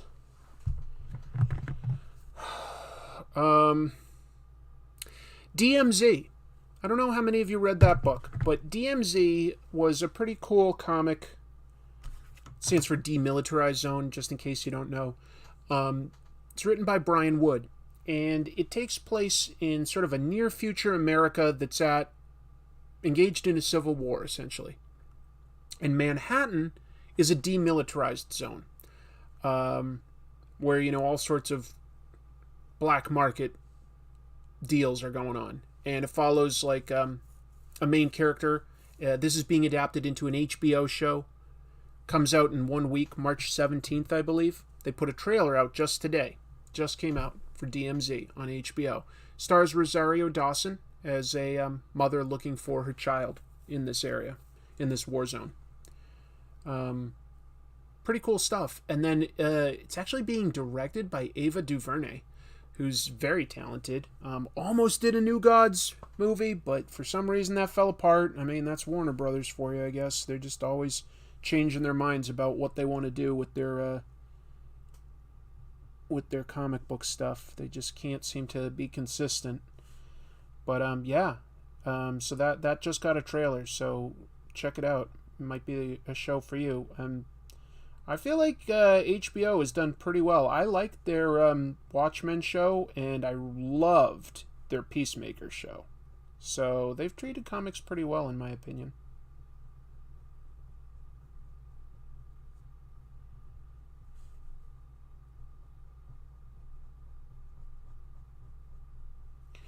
Let's see. I gotta catch this stream more often. These are my people, and Chris is just the best. I am just the best. Or at least the second best, right? Hold on. I dropped the cap of this pen. Darn it. Oh well. I'll get back to that. What other news do we have? What other news? We got lots of news this week. Oh, this is just a warning. There are spoilers out there, and I'm not just talking about the Batman. No, both, was Brian Wood Me Too? That I don't know, Andrew. That I don't know.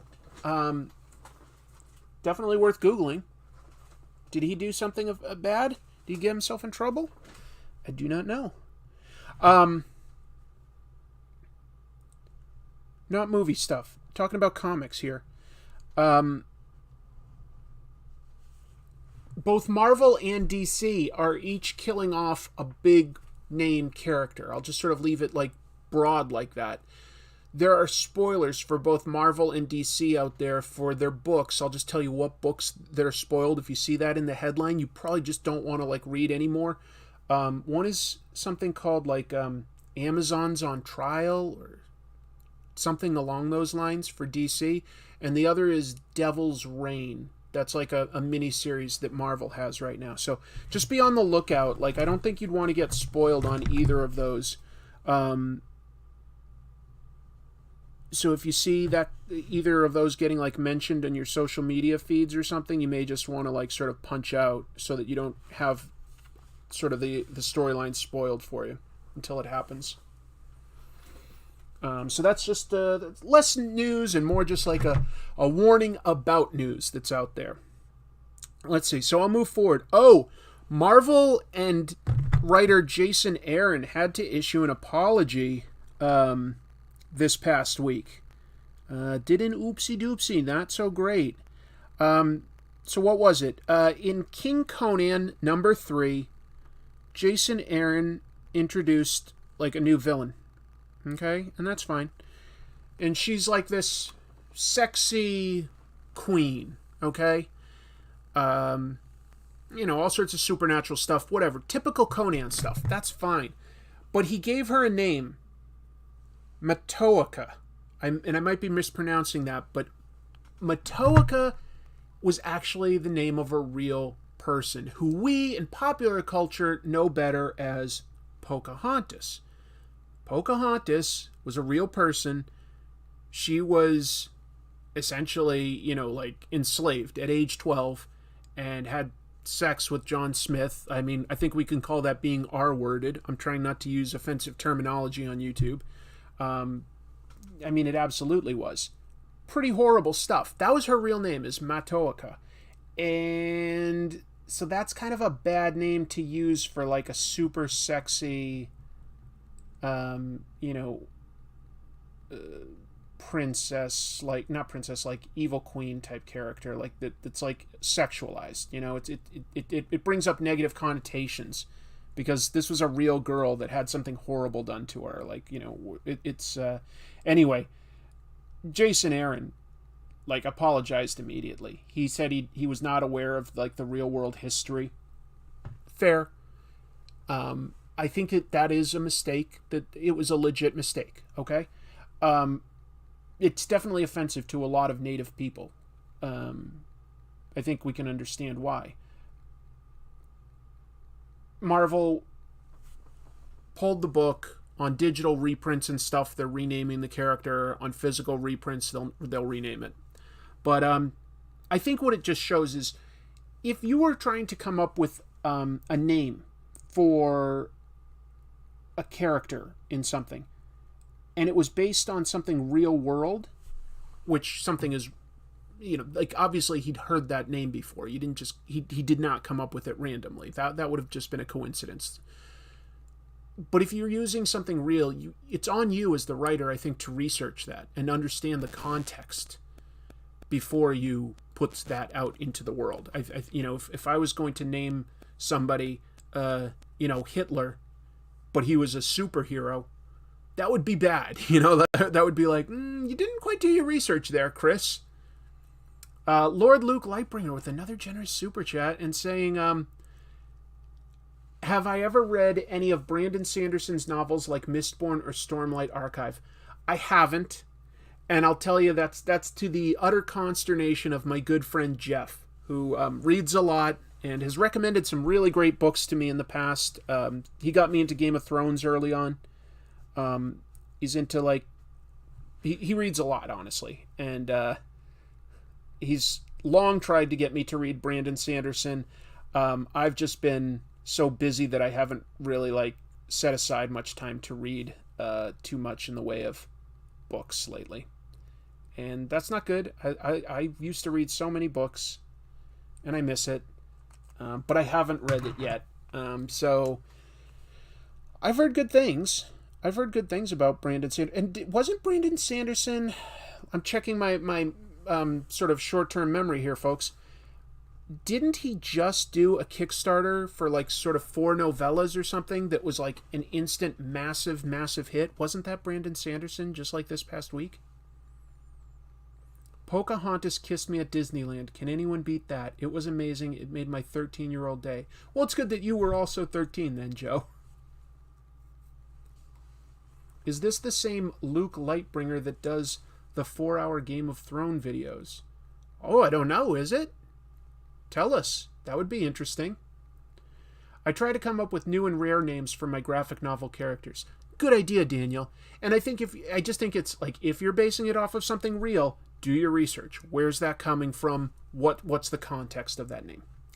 Do you plan to examine the history of the Question at some point? He's an objectivist vigilante to a spiritual shaman, then a soul in purgatory.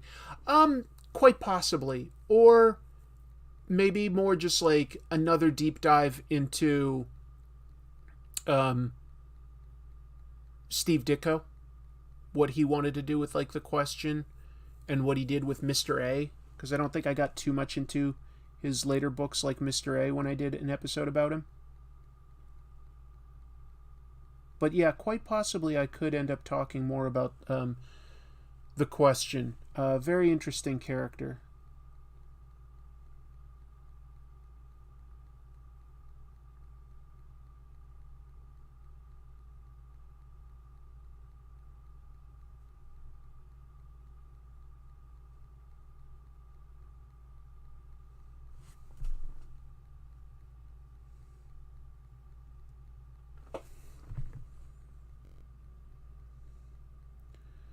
Especially for his time. I think personally, I'm trying to think of the Charlton characters. I liked the idea of the Question and Blue Beetle, who's basically version 2 of Blue Beetle. I like those two. Captain Atom, Peacemaker, Judo Master, not so much. Don't think that they're that great, but the Question's pretty interesting. Just got notified about the stream. What did I miss? Reviewed some comics, Wilo, and talked about some comic book news of the week. Still doing that. Still drawing. Have you read the Ditko, P. Craig Russell issues of ROM Space Knight? I have, but I haven't read them lately. Except for, I think one when I was talking about Bill Mantlo. Here's another piece of news. Oh, this is kind of a fun one. Maybe I'm overstating how fun it is. Let me acknowledge this super chat real quick. KZ, thank you very much. Not sure if you're familiar with AEW wrestler Eddie Kingston, but he's a big fan and shouts you out a bit on it, a lot of vlogs. We were just talking about that earlier, KZ. Yes, I am very familiar with Eddie Kingston, the Mad King. And it's definitely a privilege to be appreciated by somebody with a platform like that. So thank you for the super chat. I am aware, and I thanked him on Twitter, and he retweeted that and in turn said thank you to me and other YouTube content creators. So he likes YouTube. I like that. Yeah, I'm not talking about the DC series, Clay. I'm talking about the Charlton. I'm not a huge fan of the Charlton era of comics. It's not all bad. It's more just a lot of wasted potential is what I see when I look at them. All right, so I thought this was fun, but you know what? No, it's more nice about something that's dark. Mike Mignola, a popular artist, he put up some eBay auctions for some of his original art, and he's already got a Batman piece that the last I checked was going for over $10,000 to raise money for the World what kitchen? The World something kitchen. What's it called again? That charity? The World Central Kitchen, which is a great charity. Gives food to people in need for humanitarian issues. Specifically with this one, the World Kitchen is currently trying to help a lot of the refugees coming from the Ukraine. So props to Mike Mignola. I don't think too many of us are in the position to start bidding on $10,000 art. But if you are, it's for a good cause.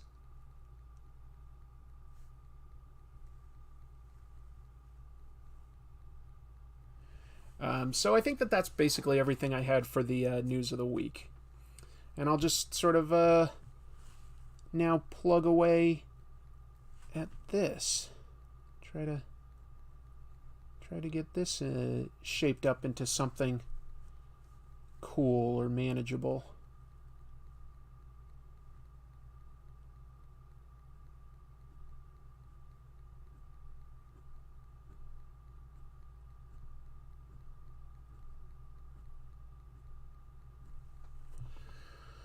Let's see. Are you familiar, because I wasn't, with the oldish Marvel book Crystar? Vaguely. I believe it was based on a toy line that didn't really take off, if I'm remembering correctly. But I might not be.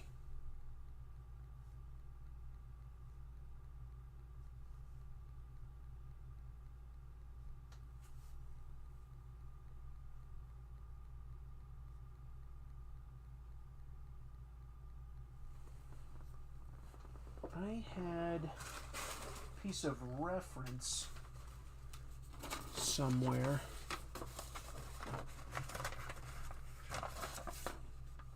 That wasn't it. That's what I thought it was, but that is not it. Let's see. Congratulations to you and your spouse, Chris. Thank you, Evan. I don't get tired of hearing that.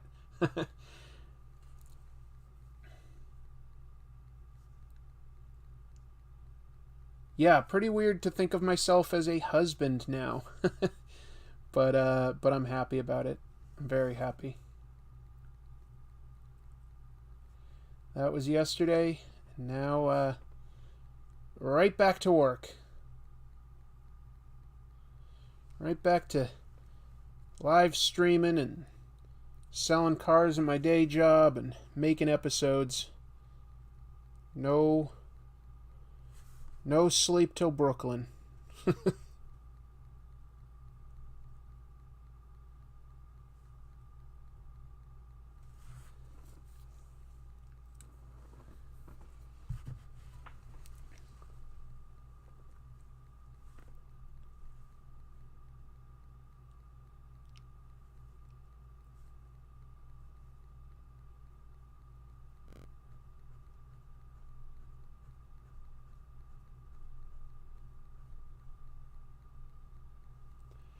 What else should we talk about? Do you two have a honeymoon planned for the near future? Not for the near future, anyway, no. Would love to, but no plans right now. just if we took a honeymoon, we'd really want to like go somewhere international, and right now that just isn't the easiest. But we've talked about like some of the places we'd want to visit. Of course, we both love Japan, and we want to go back there, but that's not an option right now. I don't think South Korea is either, last I checked. But possibly Europe by the end of the year. Maybe like France, Germany, something like that. Maybe the UK again. Would love to go back to the UK.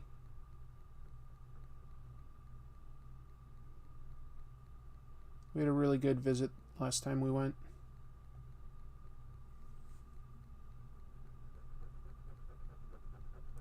So we'll see. Open to ideas. Where do you think we should go that I haven't maybe thought of? What do you suggest, folks out there?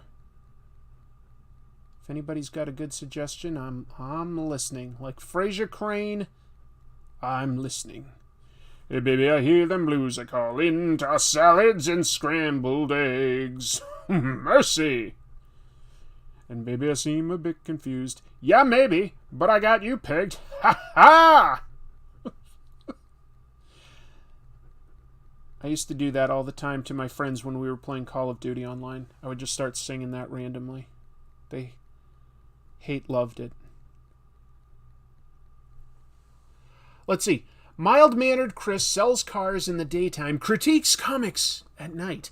I am trying to put a Batman spin. Extra super chats from me for your marriage. Thank you, buddy. That's nice of you. Feel like Infotron might have been the ring bearer. We joked that we wanted our cat to be the ring bearer.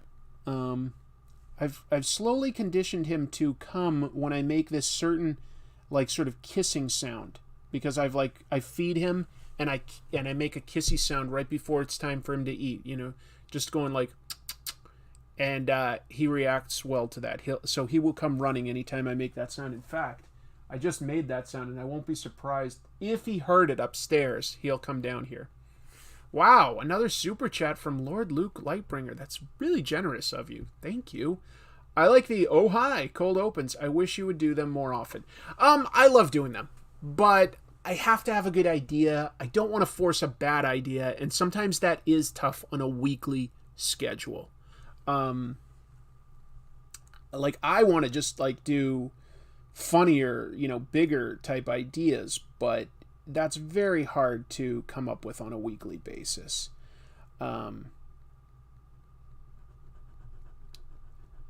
You know what I'd love to do is I got those from like a couple different things, like coming up with the oh hi. One of them was, and I can't remember the exact thing that I saw it in, but Andy Kaufman was a comedian I found very funny. He did a lot of like sort of satirizing like pop culture with his like absurdist comedy. And I remember him doing something like where he pretended to be noticed on a TV show, and he just turned and went like, oh, hi. It stuck with me. And then I also really like it when Hollywood Steve Huey does it on Yacht Rock, which they don't make anymore, but was one of my favorite like online videos for ages. Now that I think of it, oh man, I wonder if Hollywood Steve would be willing to do one for my show, or if he'd be like, no, you're taking my bit. I hope he wouldn't think that. Oh man, this is only just occurring to me, like really, like whether that would be possible. I would love that. Maybe I gotta think if I'm brave enough to reach out to him. That would be so cool to me. We'll see. I like doing them. Get married every week, yeah. Speaking of Infotron, where is he? Right now, he's up in my recording/editing room. Have you tried to contact Hollywood Steve for one? I would love to see him in one of your videos. I've never tried to contact him, no. I wonder if he'd be up for that at all. He seems like a nice guy. I just hope he wouldn't think like I'm just trying to do just his exact thing. I mean, to me, that's just sort of a generic, very cheesy take on, like TV shows.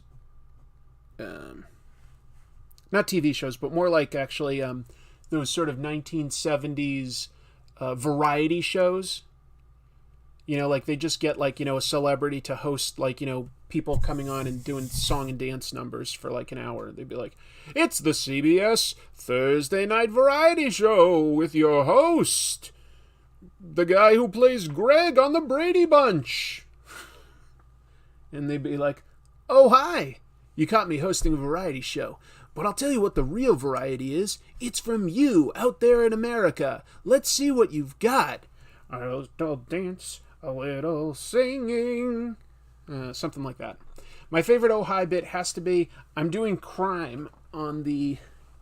I sort of remember the crime one for the Sean Phillips, Ed Brubaker one. I kind of remember that, but not completely. Yeah, it's also a little bit of Troy McClure. You're right. It is a little bit of Troy McClure. Because I've actually, now that you say that, like that always has been baked in because I love Phil Hartman. I love him. Oh, hi! That's more what he sounded like, right? You might remember me from The Great Comic Book Caper, or Sorry, Mom, comic strips aren't for kids. But what I'm really here to talk to you about...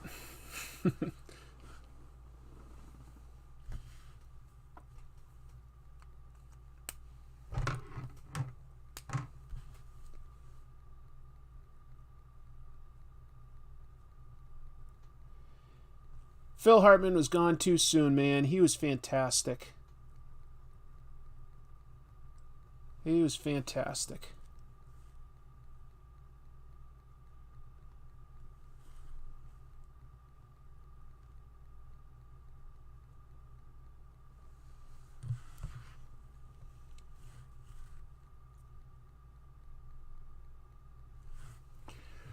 Adam Frasher with a super chat saying, I would love to see a collaboration between you and the boys at Mr. Sunday Movies, either guesting on their podcast or doing an episode with them.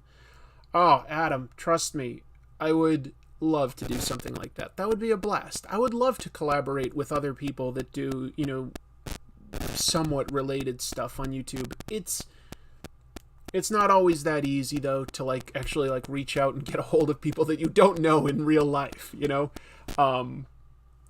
Maybe I will reach out to them, and I don't know what we would do together, but I've listened to them, and they make me laugh. I am very jealous of certain shows because they do something that I do not do on mine, and that is, my show is just me. I think if you know me in real life, I think, you know, I think I can riff and come up with some pretty funny jokes. Like, I think that that's just who I am. I make my coworkers laugh all the time. And I don't think that they're, like, forcing it, okay? But most people that get murdered are gone too soon. Good point, Andrew. Great point. You got the best joke of the night. I'm not going to top that. Anyway, I'm flattering myself. I like to think that, like, as a person, when you just, like, say, like, I used to do a podcast where we just would talk about comics and TV shows. And we'd have a segment talking about the news of the week. And I feel like I could come up with some pretty good jokes on that. But when it's just me, that's very hard. You're doing stuff in a complete vacuum. Even when I'm trying to, like, write jokes, I'm like, I don't know if this will fly, or I don't know if it is, like, a little funny, and then I can build on it. Because I don't have that feedback. My mic is messed up? It was. Never mind. Okay, sorry about that. Appreciate the feedback, though. And so there's certain shows out there. Mr. Sunday Movies and Red Letter Media are two shows that I get a little jealous of because they've come up with this really healthy environment where everybody feels comfortable to be themselves and to make a joke. And if it even bombs, that's okay because somebody is there to then sort of joke about that. And then, of course, you can always edit stuff if it just fails. But when you're doing it just yourself, it's not that easy to sort of, like, riff and be funny. I would say that, like, I think of myself as sort of a funny guy, but yeah. Let's see. Chris, you brought a big bag with a $sign on it for your criminal episode intro and saying, oh, hi, you caught me committing a crime. Okay. That sounds like something I do, and I sincerely don't really remember that, actually. That's terrible. I'm laughing at my own joke because I don't remember it. Oh, hi, you caught me committing a crime. I do remember, I think that it's at the end of that episode, I make a prank call. That's me committing a crime. And I called like some poor grocery store and acted like I was sick. This is before there was ever a pandemic, folks. And I was like, oh, I'm sick, but I guess I won't, I don't know, I guess I shouldn't skip work. I'll just be in there, and I'll tell you what, I'll wear gloves, and if I cough on the food too much, I'll go out and sit in the break room for a few minutes until I stop coughing before I get back out on the floor. Something like that. And they were just like, if you're sick, I don't think you should come in. I'm like, no, it's okay. I will. It's the right thing to do. That probably hasn't aged great. Or maybe it's still fun because, the intent was just to goof around. I don't know.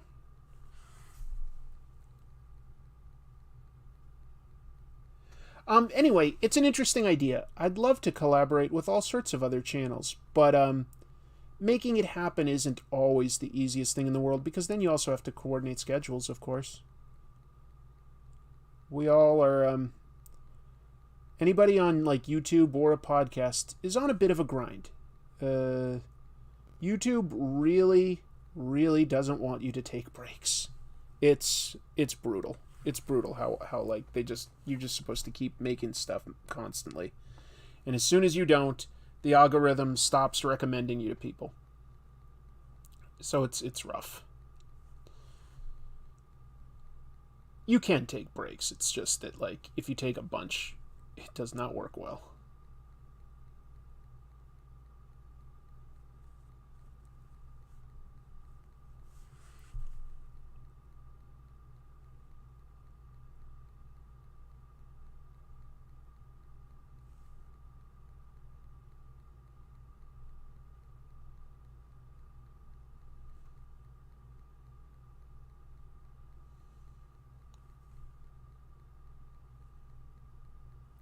What other questions are being asked? Let's see. Red Letter Media also edits down a full day into an hour or two. Yeah, well, and they've got but that's the advantage of having a team, Like, because sometimes Mike will edit the episodes, and sometimes it's Jay. And then they've got, like, like Rich can focus on building the sets, things like that. It's great. It's really impressive. Like, they still have to be legit funny guys with opinions. Not anybody could do that. I'm just jealous of the environment that they've set up. How did me and Robert Kirkman become friends? Nothing too fancy there. He was self-publishing back in the day. He self-published a really funny comic called Battle Pope that, I don't know, for some reason my comic store carried it. And I thought that the title alone was funny enough that I decided to pick it up. I liked it. It had good art. It had good jokes. And I decided to write a fan letter, essentially, just saying like, hey, because I thought like, hey, these guys are doing a pretty small comic. They probably need some encouragement. And they did, in a way. But I also thought, or not thought, but I also like said like, by the way, there was like a misspelling on this one panel, like not intending it to be printed, just like, and in retrospect, like that can be so annoying when people correct you, but I was trying to be helpful. I was younger and I was just trying to be helpful, so I did mention that, and fortunately I guess it was taken in that sense, because Robert like literally reached out to me and was like, well, here's the next issue, check it for typos. And so he kind of just basically put me to work. And then I was lucky enough to go to a convention pretty shortly after that and meet him in person and hang out. And then we had some friends in common, and one of my friends knew Robert and moved to his town to go to college there. And so I went out to visit him and also like visit like Robert and Tony Moore, and so it was just meeting people in real life. I don't know. It was long before there was any Walking Dead or Invincible, just to be clear. And, you know, these days, he's a pretty big, successful guy that, like, you know, yeah, I did, like, you know, the interview with him, but, and they still send me the comics to proofread, but we don't talk, like, every day or anything close to that, just to be clear. It's you know, it's been a long time since we've done stuff like that.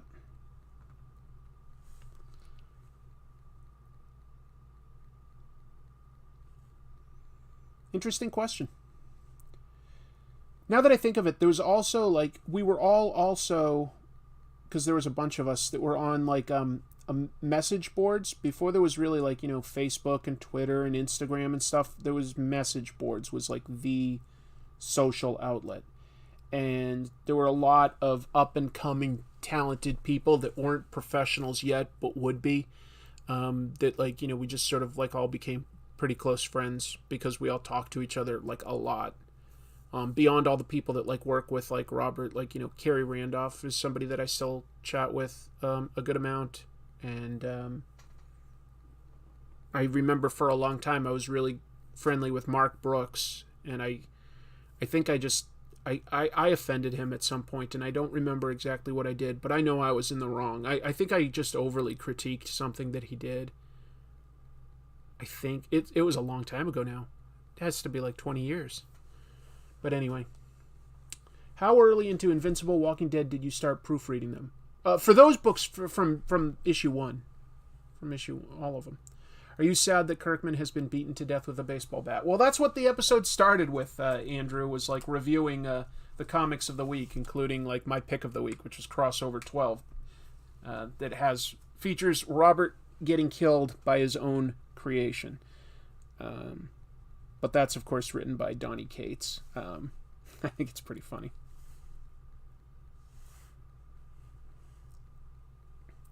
I read about the Savage Dragon message board in Battle Pope fan letters. Oh, yeah. And that's how Robert kind of made it, by the way, is like he reached out to, like, as a fan to Eric Larson and,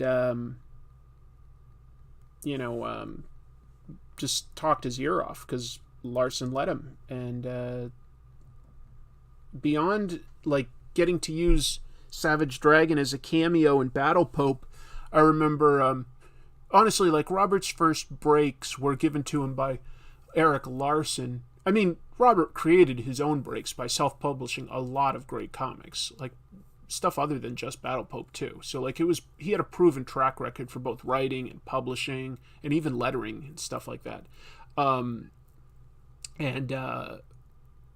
Larson let Kirkman do a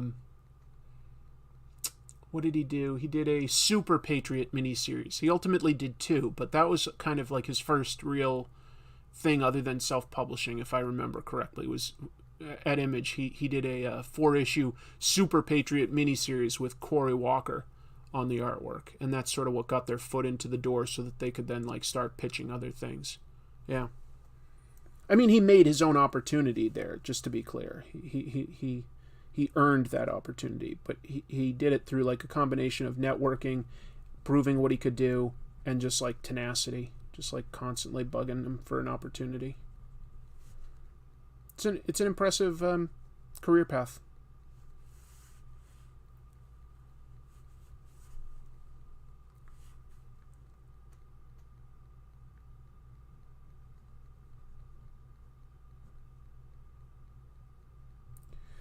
I would say that the thing that I tend to notice with the various people I know that have become very famous and successful is that they're all very tenacious and hardworking. I will say that. It becomes intimidating at a certain point when you know a lot of people that have become, like, really successful, and you're just sort of like, I still sell cars just so that I can do the fun YouTube stuff. Like, it's tough, but it is interesting and inspirational seeing a lot of people around you become, like, you know, successful. It's nice. My buddy Ken Jeong is obviously a pretty successful actor, has, like, a couple hit shows on Fox these days. That's nice. It's inspirational.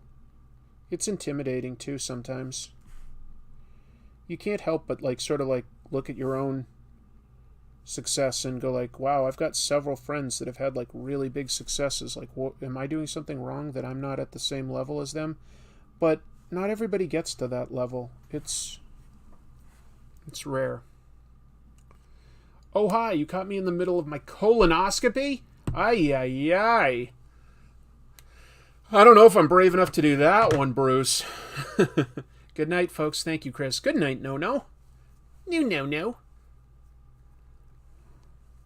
Image had their own message boards. I wasn't on an Image message board, just to be clear. They were the Wizard magazine originally. Wizard World was where we all met. And then, from there, we went over to one, because Wizard shut theirs down. That was really forward-thinking, Wizard. You were already like kind of like losing to online stuff, and you shut down your most popular online presence, your message boards. So we went to a place called Pencil Jack, which I'm pretty sure Pencil Jack is still up and running. I haven't checked it out in a little while, but I think that it's still up. And yeah, it was fun. I remember I created an idea called like an art battle, and that was like designed to like squash any beefs between people. You just come up with a topic and you both did your best to draw the same thing, and people could vote as to which one they liked more. Maybe that's not a great idea, but it was new for its time.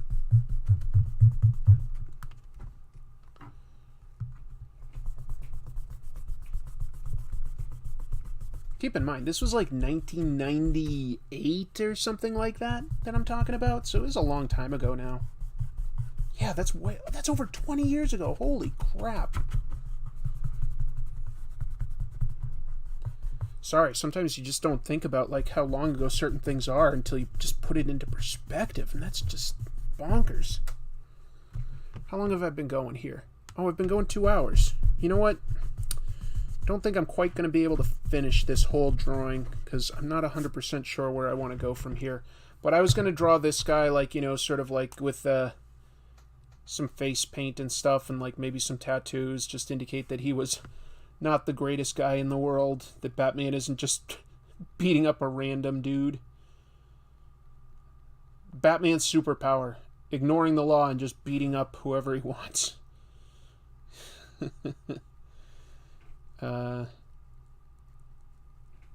But I appreciate everybody joining me.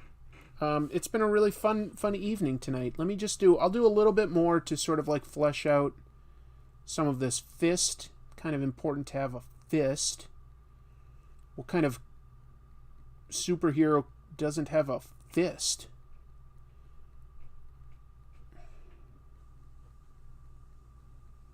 And then I think I'm going to take off and I got to have some dinner, and I promised that I would clean up some of the house. And I don't think I want to let my wife down like right off the bat, like the day after she marries me, like just sort of like promise to clean something, then just be like, oh yeah, I just got too busy. I think it's pretty important to get that right now. I also want it clean, so I made that promise.